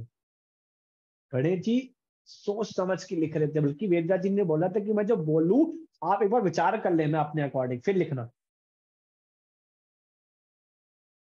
तो जो लोग बोल रहे उनसे ये पूछो कि जिनके बारे में बोल रहे उनका क्या कहना है, उन्होंने क्या क्या बोला है ना। तो हमारे पास एक आंसर क्लियर कट आ जाएगा कि श्रेष्ठ कौन है। ऐसे तो फिर नम्रता के अकॉर्डिंग तो आपसे पूछ लेंगे, कोई भी पूछ सकता है। ऐसे तो पूरा कृष्ण का ही सब कुछ धन है, सब कुछ जरूरत नहीं है। प्रधानमंत्री अगर आपके घर पे आते हैं, जमीन उनकी है, कहते हैं लॉ भी है कि सरकार अगर आपकी जमीन चाहिए, सरकार आपकी जमीन कभी भी ले सकती है। अगर जमीन आपकी सोसाइटी पर्पस के लिए यूज हो रही है, सोशल पर्पस, तो सरकार आपकी जमीन ले सकती है कभी भी। तभी नरेंद्र मोदी आपके घर पे आएंगे और आपसे बोलेंगे, देवांशी माता जी आपके पास का छोटा सा पानी पिला देंगी, या मैं यहाँ पर क्या बैठ जाऊं। अगर श्री नरेंद्र मोदी आपसे ऐसा बोल रहे हैं, उनको क्या आपसे पूछना चाहिए, बताइए। यस, वो पूछना चाहिए। तो मेरे घर आया है शायद इसीलिए। हाँ, लेकिन हम वो विनम्रता में आपसे पूछ लेंगे कि क्या देवांशी माता जी मैं आपके घर पे यहाँ बैठ सकता हूँ फॉर टाइम के लिए। अगर नहीं भी पूछेंगे तो कोई नहीं जाता, उन्हीं का इंडिया में वो कुछ भी कर सकते हैं, ही हैविंग द राइट्स। ऐसे कृष्णा आना तो इस प्लेनेट में आए हैं, वो उनकी मर्जी है, वो जो कुछ करना चाहे कर सकते, बट कृष्ण तब भी विनम्रता में भक्तों के हित के लिए पूछ लेते हैं कि कैसा कर लूं, ठीक है ना। Okay Prabhu ji, thank you very much. Hare Krishna. Hare Krishna. और किसी के प्रश्न है, फिर हम इसको एंड कर सकते हैं। तो थैंक यू सो मच।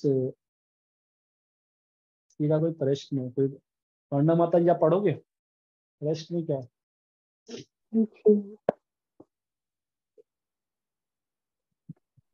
प्रभु जी, बिमोला माता जी पूछ रही है, जो गौतम बुद्ध है उन्होंने भी सिर्फ मेडिटेशन करके उनको ज्ञान प्राप्त हुआ था, इनलाइटमेंट प्राप्त हुई थी, इसके बारे में गौतम गौतम बुद्ध को क्या गौतम किया, ऐसे जवाब दो।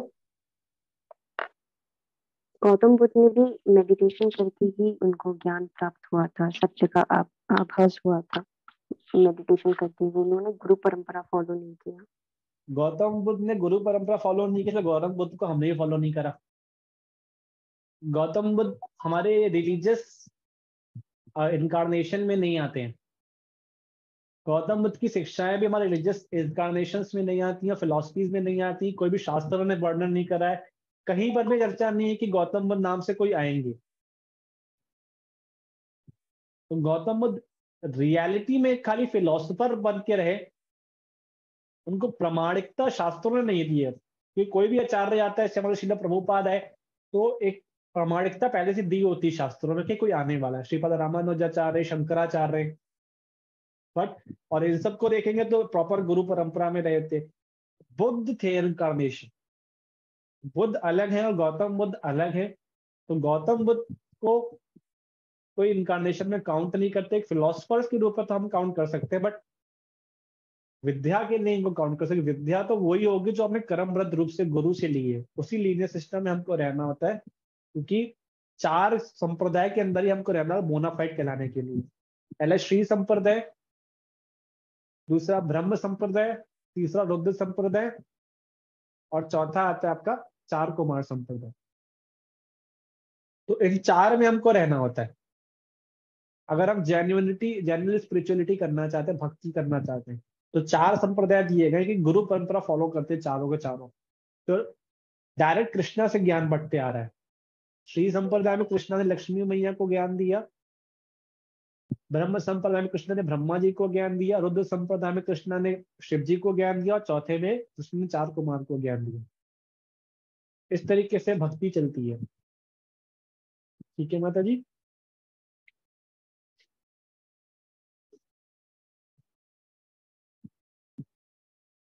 और कोई मैसेज आया था कुछ, आप पढ़ोगे पढ़ना माता जी? किसी का मैसेज था? नहीं अंकिता माता जी का मैसेज है, वो उन्होंने अप्रिशिएट किया कि आपकी क्लास के लिए, और फिर मैं अपली जी भी कहा, उन्होंने सॉरी भी कहा क्योंकि कैमरा स्विच ऑन नहीं कर पाई क्योंकि उनके आईज बहुत पेन कर रहे थे इसी वजह से। बस ओके, कोई बात नहीं। तो इसीलिए हम आज की फिर से आपकी क्लास एंड करते हैं। Thank you so much for all to joining the class. कोई गलती को त्रुटि रही उसको आप क्षमा कीजिएगा, और आई होप आप सबकी राम नाम बहुत अच्छे से गई होगी।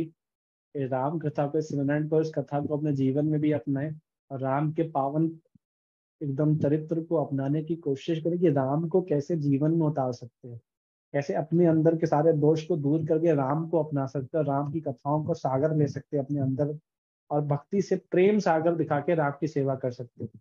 वो हमको सीखना पड़ेगा। अनाथ को जो सनाथ कर दे वो है रघुनाथ। हरे कृष्णा।